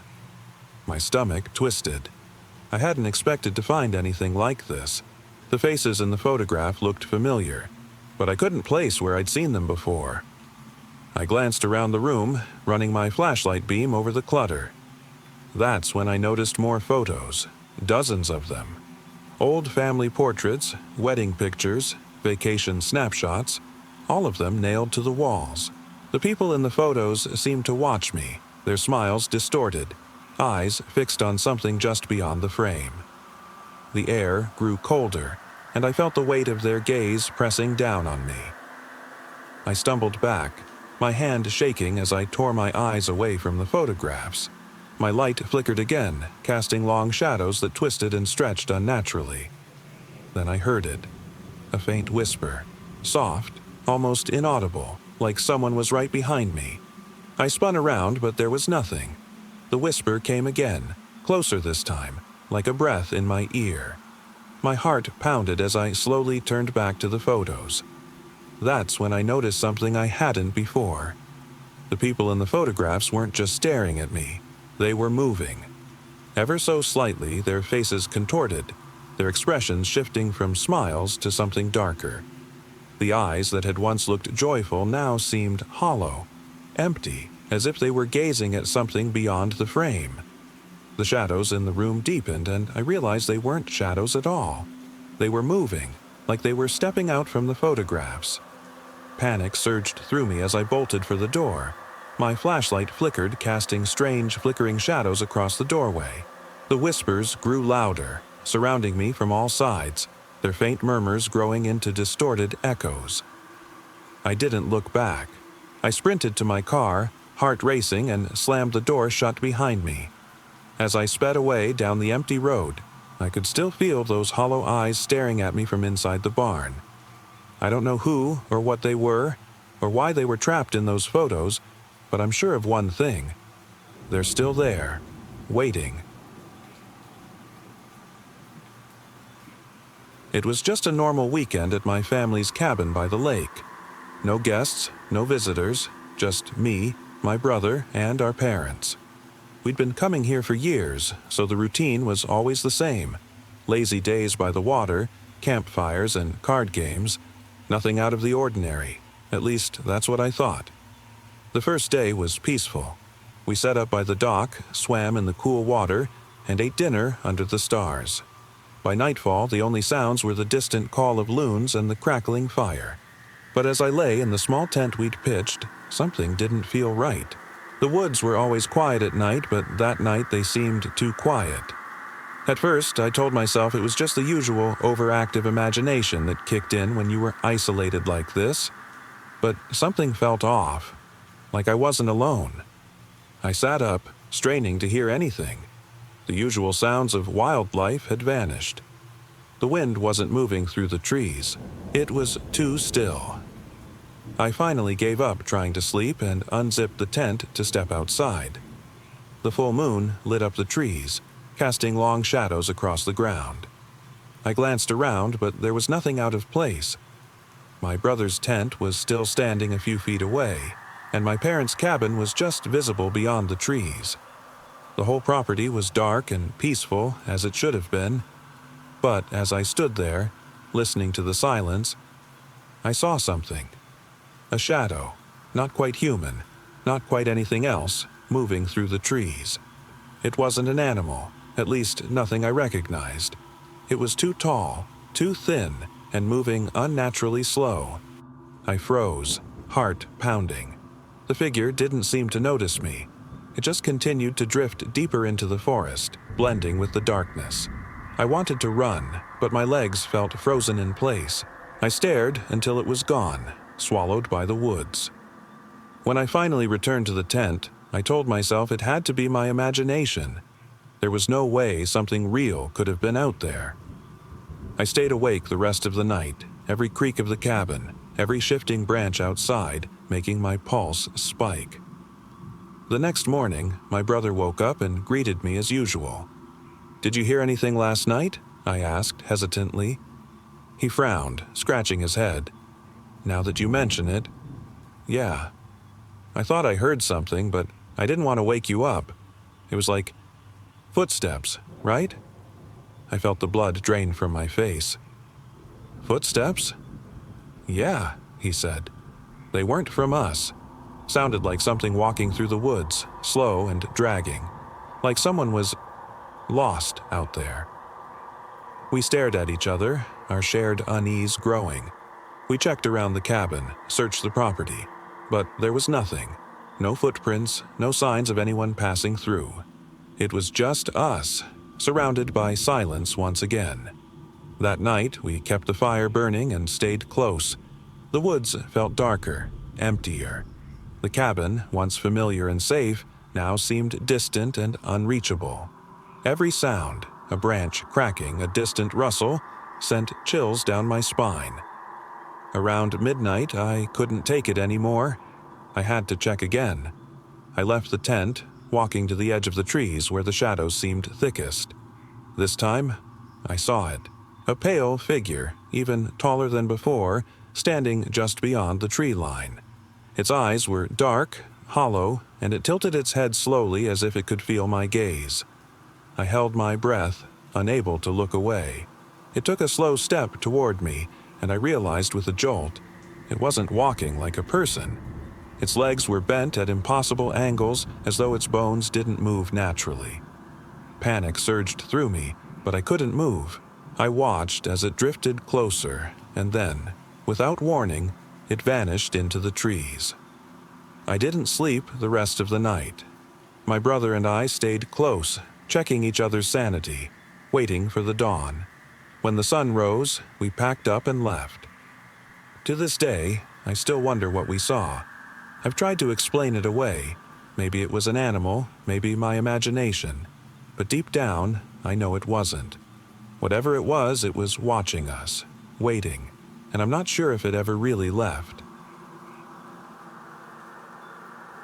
It was a late afternoon when I found myself walking through an unfamiliar forest.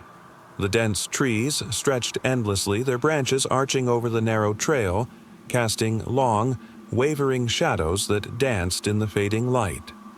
The forest was eerily quiet. No birds, no rustling leaves, just the crunch of my boots on the dirt path. I wasn't supposed to be here. I'd gotten lost after taking a wrong turn while hiking alone.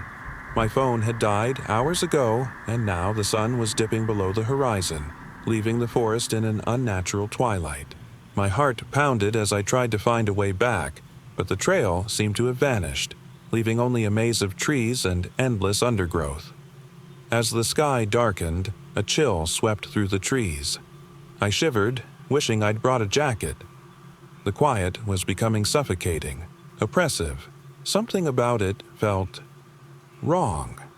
The wind had stopped entirely, and the usual rustling of leaves was replaced by an eerie stillness that felt almost alive. I stumbled upon an old cabin, its roof caved in and windows broken, almost blending into the surrounding woods. It stood as if untouched by time, untouched by human life. I hesitated at the threshold, the memory of horror movies flashing in my mind. But the thought of spending the night out here, lost and alone, was worse. The interior of the cabin was dark, musty, and filled with the scent of decay. Old furniture lay scattered, rotting in the corners while cobwebs stretched from wall to wall. I could feel the weight of the silence pressing down on me. As I stepped further inside, the feeling of unease intensified, as if I wasn't alone. Something was watching me. I could feel it in the way the air seemed to thicken, in the cold that seeped into my bones. My breath came out in shaky puffs as I tried to shake the feeling, telling myself it was just my nerves. I fumbled in my bag, pulling out a flashlight, its beam cutting through the dim darkness. The shadows around me writhed as I moved, forming distorted shapes on the cracked walls.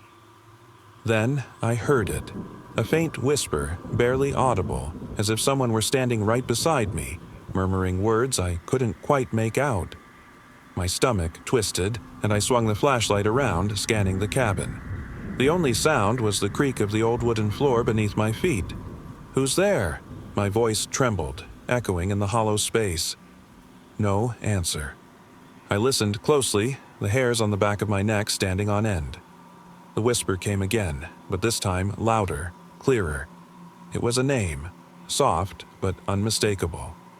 Sarah. I froze. My name wasn't Sarah.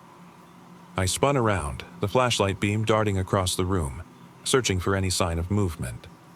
Nothing. Just empty, rotting furniture and the lingering darkness. My pulse thundered in my ears as I clutched the flashlight tighter, wondering if I was imagining things. Sarah. The voice was closer this time. My heart pounded as I realized it wasn't just in my head. It sounded familiar, almost like it was coming from inside my own thoughts. I stumbled toward the door, but as I reached out for the handle, I noticed something. Another whisper, fainter this time, coming from the corner of the cabin. Help. It wasn't a sound. It was a feeling. A presence in the room, as if something was leaning over my shoulder, breathing cold air into my ear. I spun around again, but there was no one there. The whisper grew louder, repeating over and over again like a loop I couldn't escape. Desperate, I tore through the cabin, my flashlight cutting through the darkness, but every corner was empty. Every step I took felt heavier, the air more suffocating. Then I heard it, closer than ever. A low, guttural voice right behind me. "Look." I whipped around, the flashlight beam illuminating the figure. But there was nothing, only my distorted reflection on the cracked mirror hanging on the wall. My breath hitched as I realized the reflection wasn't mine. The figure in the mirror had hollow eyes, its face twisted in a sick grin, its mouth moving but no sound coming out. Suddenly, the whisper stopped. The air went cold, the forest beyond the cabin silent again. I stood there, frozen, unable to move. The flashlight trembled in my hand as I turned back toward the door. As I pushed it open and stepped out into the fading light, I could feel something behind me. The whisper had vanished, but the echo of my name still hung in the air. It wasn't over. It was supposed to be just an ordinary day at home. The house sat on the outskirts of a small town, surrounded by open fields and woods that stretched for miles in every direction. I lived alone, but I wasn't one to feel uneasy about the quiet, isolated life. At least, I wasn't until that day. The morning started off normal, just another day of cleaning, catching up on emails, and preparing for the usual chores. But something about the air felt off. It wasn't heavy or oppressive, just different. I shook it off, attributing it to the weather. Maybe the storm they'd predicted was finally rolling in. Around noon, the rain began, soft at first, but growing stronger by the hour. I watched it from the kitchen window, sipping my coffee. The sky was a thick, dull gray, and everything beyond the yard blurred under the falling sheets. I didn't think much of it until I heard the knock. It came softly at first, 3 quick raps on the front door. I froze, my coffee halfway to my lips. The knocking came again, a bit louder this time, persistent, but no one ever showed themselves. I told myself it was probably just someone needing shelter from the storm. Maybe a neighbor, though no one I recognized. I stood in front of the door, heart hammering, and cracked it open just a little. No one was there. I peered outside into the rain, but the porch was empty. There was no one around, just the relentless downpour and the empty, soaking fields beyond. I checked the locks and decided to ignore it. Must have been my imagination, I told myself. Storms can mess with your head. I went back to the living room, the chill of the rain beginning to seep into my bones. The windows fogged up as the rain continued to fall harder. The noise outside grew louder, the steady pitter-patter of droplets becoming a relentless pounding. It was soothing in a way, like the world was washing away everything around me. Hours passed. I lost track of time, engrossed in some half-read book, when a sudden noise made my blood run cold. A slow, scraping sound came from the back of the house, faint but deliberate, like something dragging across the floor. My stomach clenched and I sat there, frozen, waiting. The scraping grew louder. It wasn't coming from the window or the door, but from deeper inside the house. The kind of sound that made you wonder how something could even move like that. I tried to convince myself it was the wind, maybe some loose shutter flapping against the wall, but the wind doesn't scrape like that. I grabbed a flashlight from the drawer and moved cautiously toward the source of the noise. Each step felt heavier, each breath quieter. The scraping continued, rhythmic, unnerving. I reached the hallway leading to the back of the house and shined my light down the dark corridor. That's when I saw it. A figure hunched over and shuffling, moving towards the kitchen. Its back was grotesquely twisted and its arms were far too long, dragging along the floor. I couldn't make out a face, just dark voids where eyes should have been, and something glistening at the corners of its mouth. Panic surged through me, but I didn't scream. I couldn't move. My legs refused to obey, frozen in place as the thing advanced. The scraping stopped, replaced by a low, raspy breathing that seemed to echo through the house. Then it stopped. Just as suddenly as it had appeared, I could feel its presence just a few feet away, as if it had paused, waiting for something. My heart pounded in my chest, each beat echoing through the quiet. Who's there? I managed to whisper, but my voice barely escaped. Silence. Another long minute passed, the air thick with dread.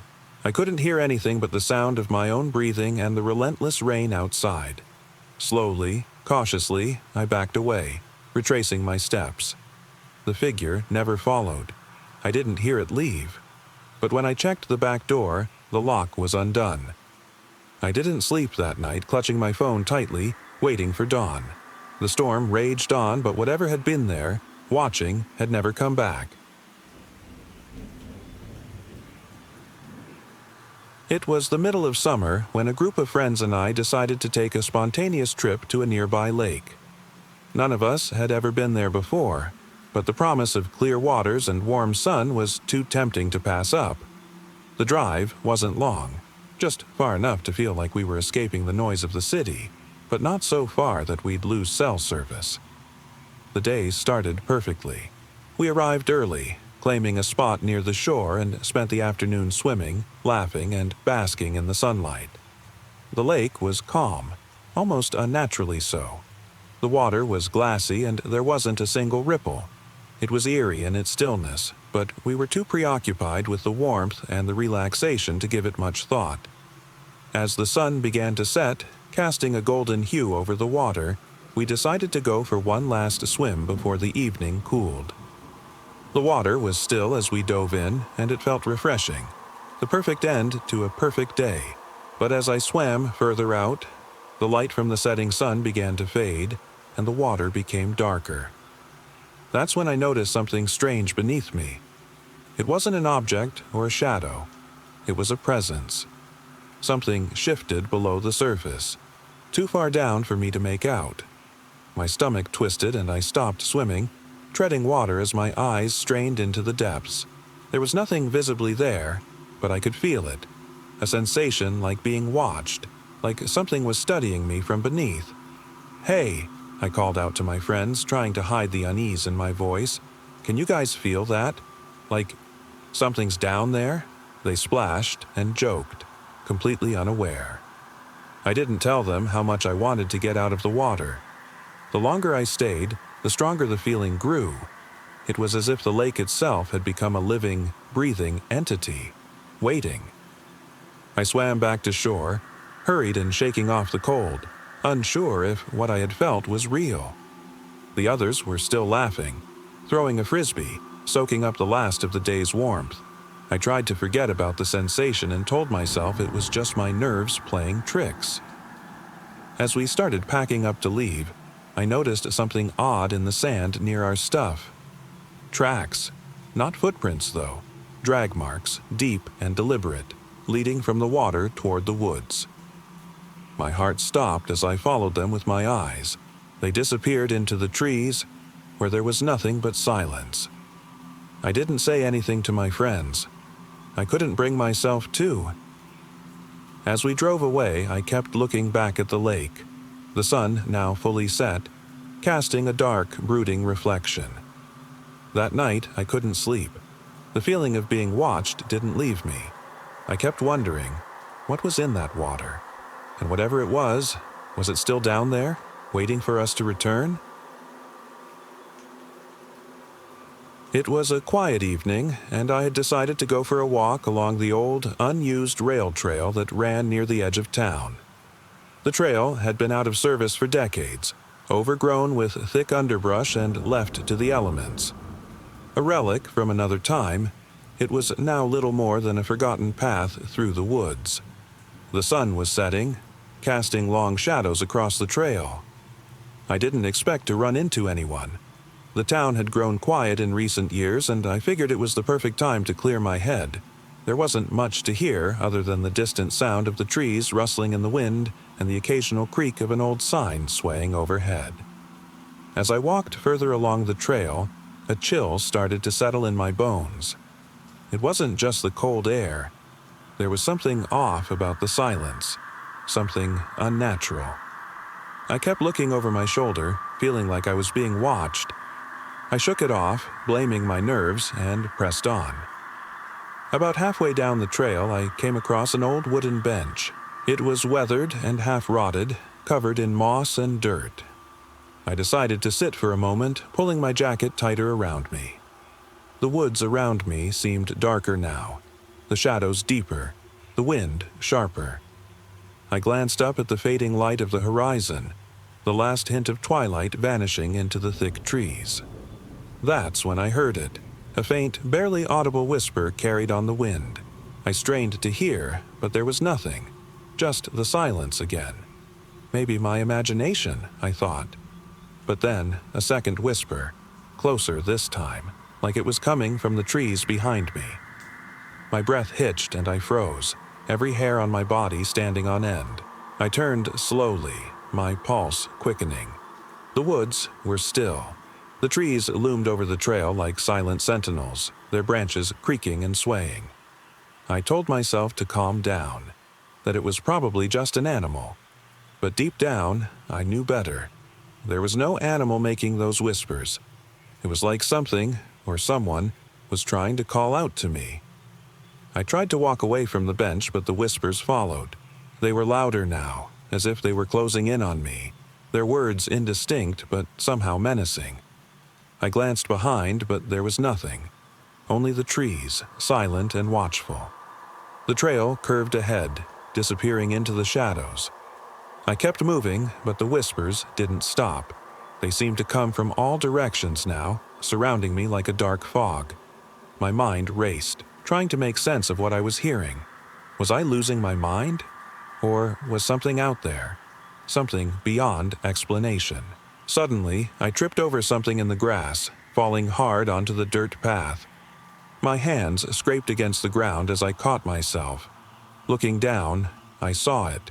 A small, broken mirror lying face up, shards of glass reflecting nothing but my terrified expression. The whispers turned to a low, guttural whisper, almost like a chant. It wasn't in any language I recognized, but I could feel it resonating in my bones. I scrambled to my feet, my heart thudding wildly in my chest. That's when I saw them. Shadowy figures emerging from the trees. They weren't human, but they moved like people. Tall and hunched, their forms twisted and obscured by the dark. Their eyes glowed faintly, empty and hollow. They didn't speak, but their whispers continued, growing louder. I couldn't breathe. I wanted to run, but my legs felt frozen, rooted to the spot. The shadows moved closer, closing in on me like a wave of darkness. Then, just as suddenly as they appeared, they stopped. The whispers faded, and the figures vanished into the trees once more. I stood there, breathless, staring into the darkness. When I dared to move again, there was nothing. only the echo of silence. The mirror lay shattered on the ground, its broken glass reflecting nothing but the void of the forest. I didn't stay long after that. I turned around and walked back, never looking over my shoulder again. My friends and I decided on a whim to take the long trail that stretched along the edge of the cliffs, far from any roads, towns, or lights. We wanted nothing but peace, a chance to get away from everything. We parked at the base of the trail, unloaded our backpacks, and began the slow ascent. The air was clear, and the sound of crickets filled the silence. It was peaceful. That was the only word for it. Peaceful. At first, we hiked for what felt like hours, the trail winding through thick patches of trees that would occasionally break into clearings with breathtaking views of the valley below. It was beautiful, like stepping into another world. At some point, we decided to stop for a break near the edge of the cliffs. The drop below wasn't something to mess with, but we sat there, taking in the view, enjoying the stillness. That's when things started to feel off. We noticed a faint noise, like someone dragging something heavy. It wasn't loud, but it was persistent. At first, we figured it was just the wind shifting rocks or something. No big deal. But then, the sound grew closer. I got up, walking a few steps toward the edge of the trail, and strained my ears, trying to pinpoint it. That's when I saw it. At first, I thought it was my imagination, but then I blinked, and there it was again. A figure, at the edge of the cliff, maybe 50 feet below us, just standing there. No flashlight, no movement, just still, like a shadow cast by the rocks. I could barely make out the details, but something about it felt wrong, unnatural. I called my friends over, but when they looked, there was nothing there. I didn't know what to say. My heart was racing as I tried to convince myself it was just some hiker far off in the distance. We decided to keep walking, thinking maybe we'd imagined it. The trail grew quieter the further we went, and the shadows of the trees seemed to stretch longer with each step. We came to a part of the trail where the ground dropped off steeply again, the cliff face towering above us. As we moved closer to that edge, the air seemed heavier. The noise returned, faint dragging footsteps but now accompanied by whispers, distant and soft. I could barely make out the words, but they sent chills down my spine. "We're still here," they said. My friends were laughing, unaware of what I'd heard. I looked around, trying to convince myself I was imagining things, but the unease in my chest was growing. The figure was still out there, watching us. I could feel its presence, even though I couldn't see it. We reached a part of the trail where the trees thinned, giving us a view of the valley again. Below, I saw something that made my stomach drop. Another figure standing by the edge of the cliff far below, and then another, and another, until the entire expanse below was filled with dark shapes that seemed to be watching us, unmoving. I froze. My friends kept walking, oblivious, but I couldn't move. I wanted to scream, to shout, but my voice wouldn't come. The figures, there were dozens of them, seemed to blend into the shadows of the cliffs, but I could feel their eyes on me. I couldn't look away from the sight below, even as panic began to rise in my chest. My legs felt like they were rooted to the ground. They didn't move, didn't make a sound, but I knew they were waiting. I turned around and yelled at my friends to stop, but they couldn't hear me. I could barely hear myself. "Guys, stop!" I shouted, my voice barely more than a whisper. They were already too far ahead, unaware of what I had seen. I begged them to come back, but it was like they didn't even hear me. My mind was screaming, "Run back! Run back!" But my feet wouldn't move. My gaze was still locked on the figures far below. The dragging sound grew louder again, this time coming from above, behind me. I could feel something close, closer than it had been before. I turned around slowly, and that's when I saw it. The figure from earlier, the one by the cliff, now standing just a few feet away from me. Its face wasn't visible, but I could feel it watching me. Its presence seemed to drown out everything else, the sound of my friends, the wind, Everything except the slow, deliberate footsteps drawing closer. "We're still here," it whispered again, and I could feel its breath against my neck. I didn't move. I couldn't. The figure leaned in closer, and I swear I could feel its cold, lifeless stare boring into me. But then, just as suddenly as it had appeared, it stopped. The dragging noise and whispers faded. The figure stood there for a moment longer, then turned and slowly walked back into the shadows of the cliff. By some miracle, my friends finally heard me screaming, and they ran back to find me. We left that trail as fast as we could, but I can still feel it, like something is out there, waiting, still.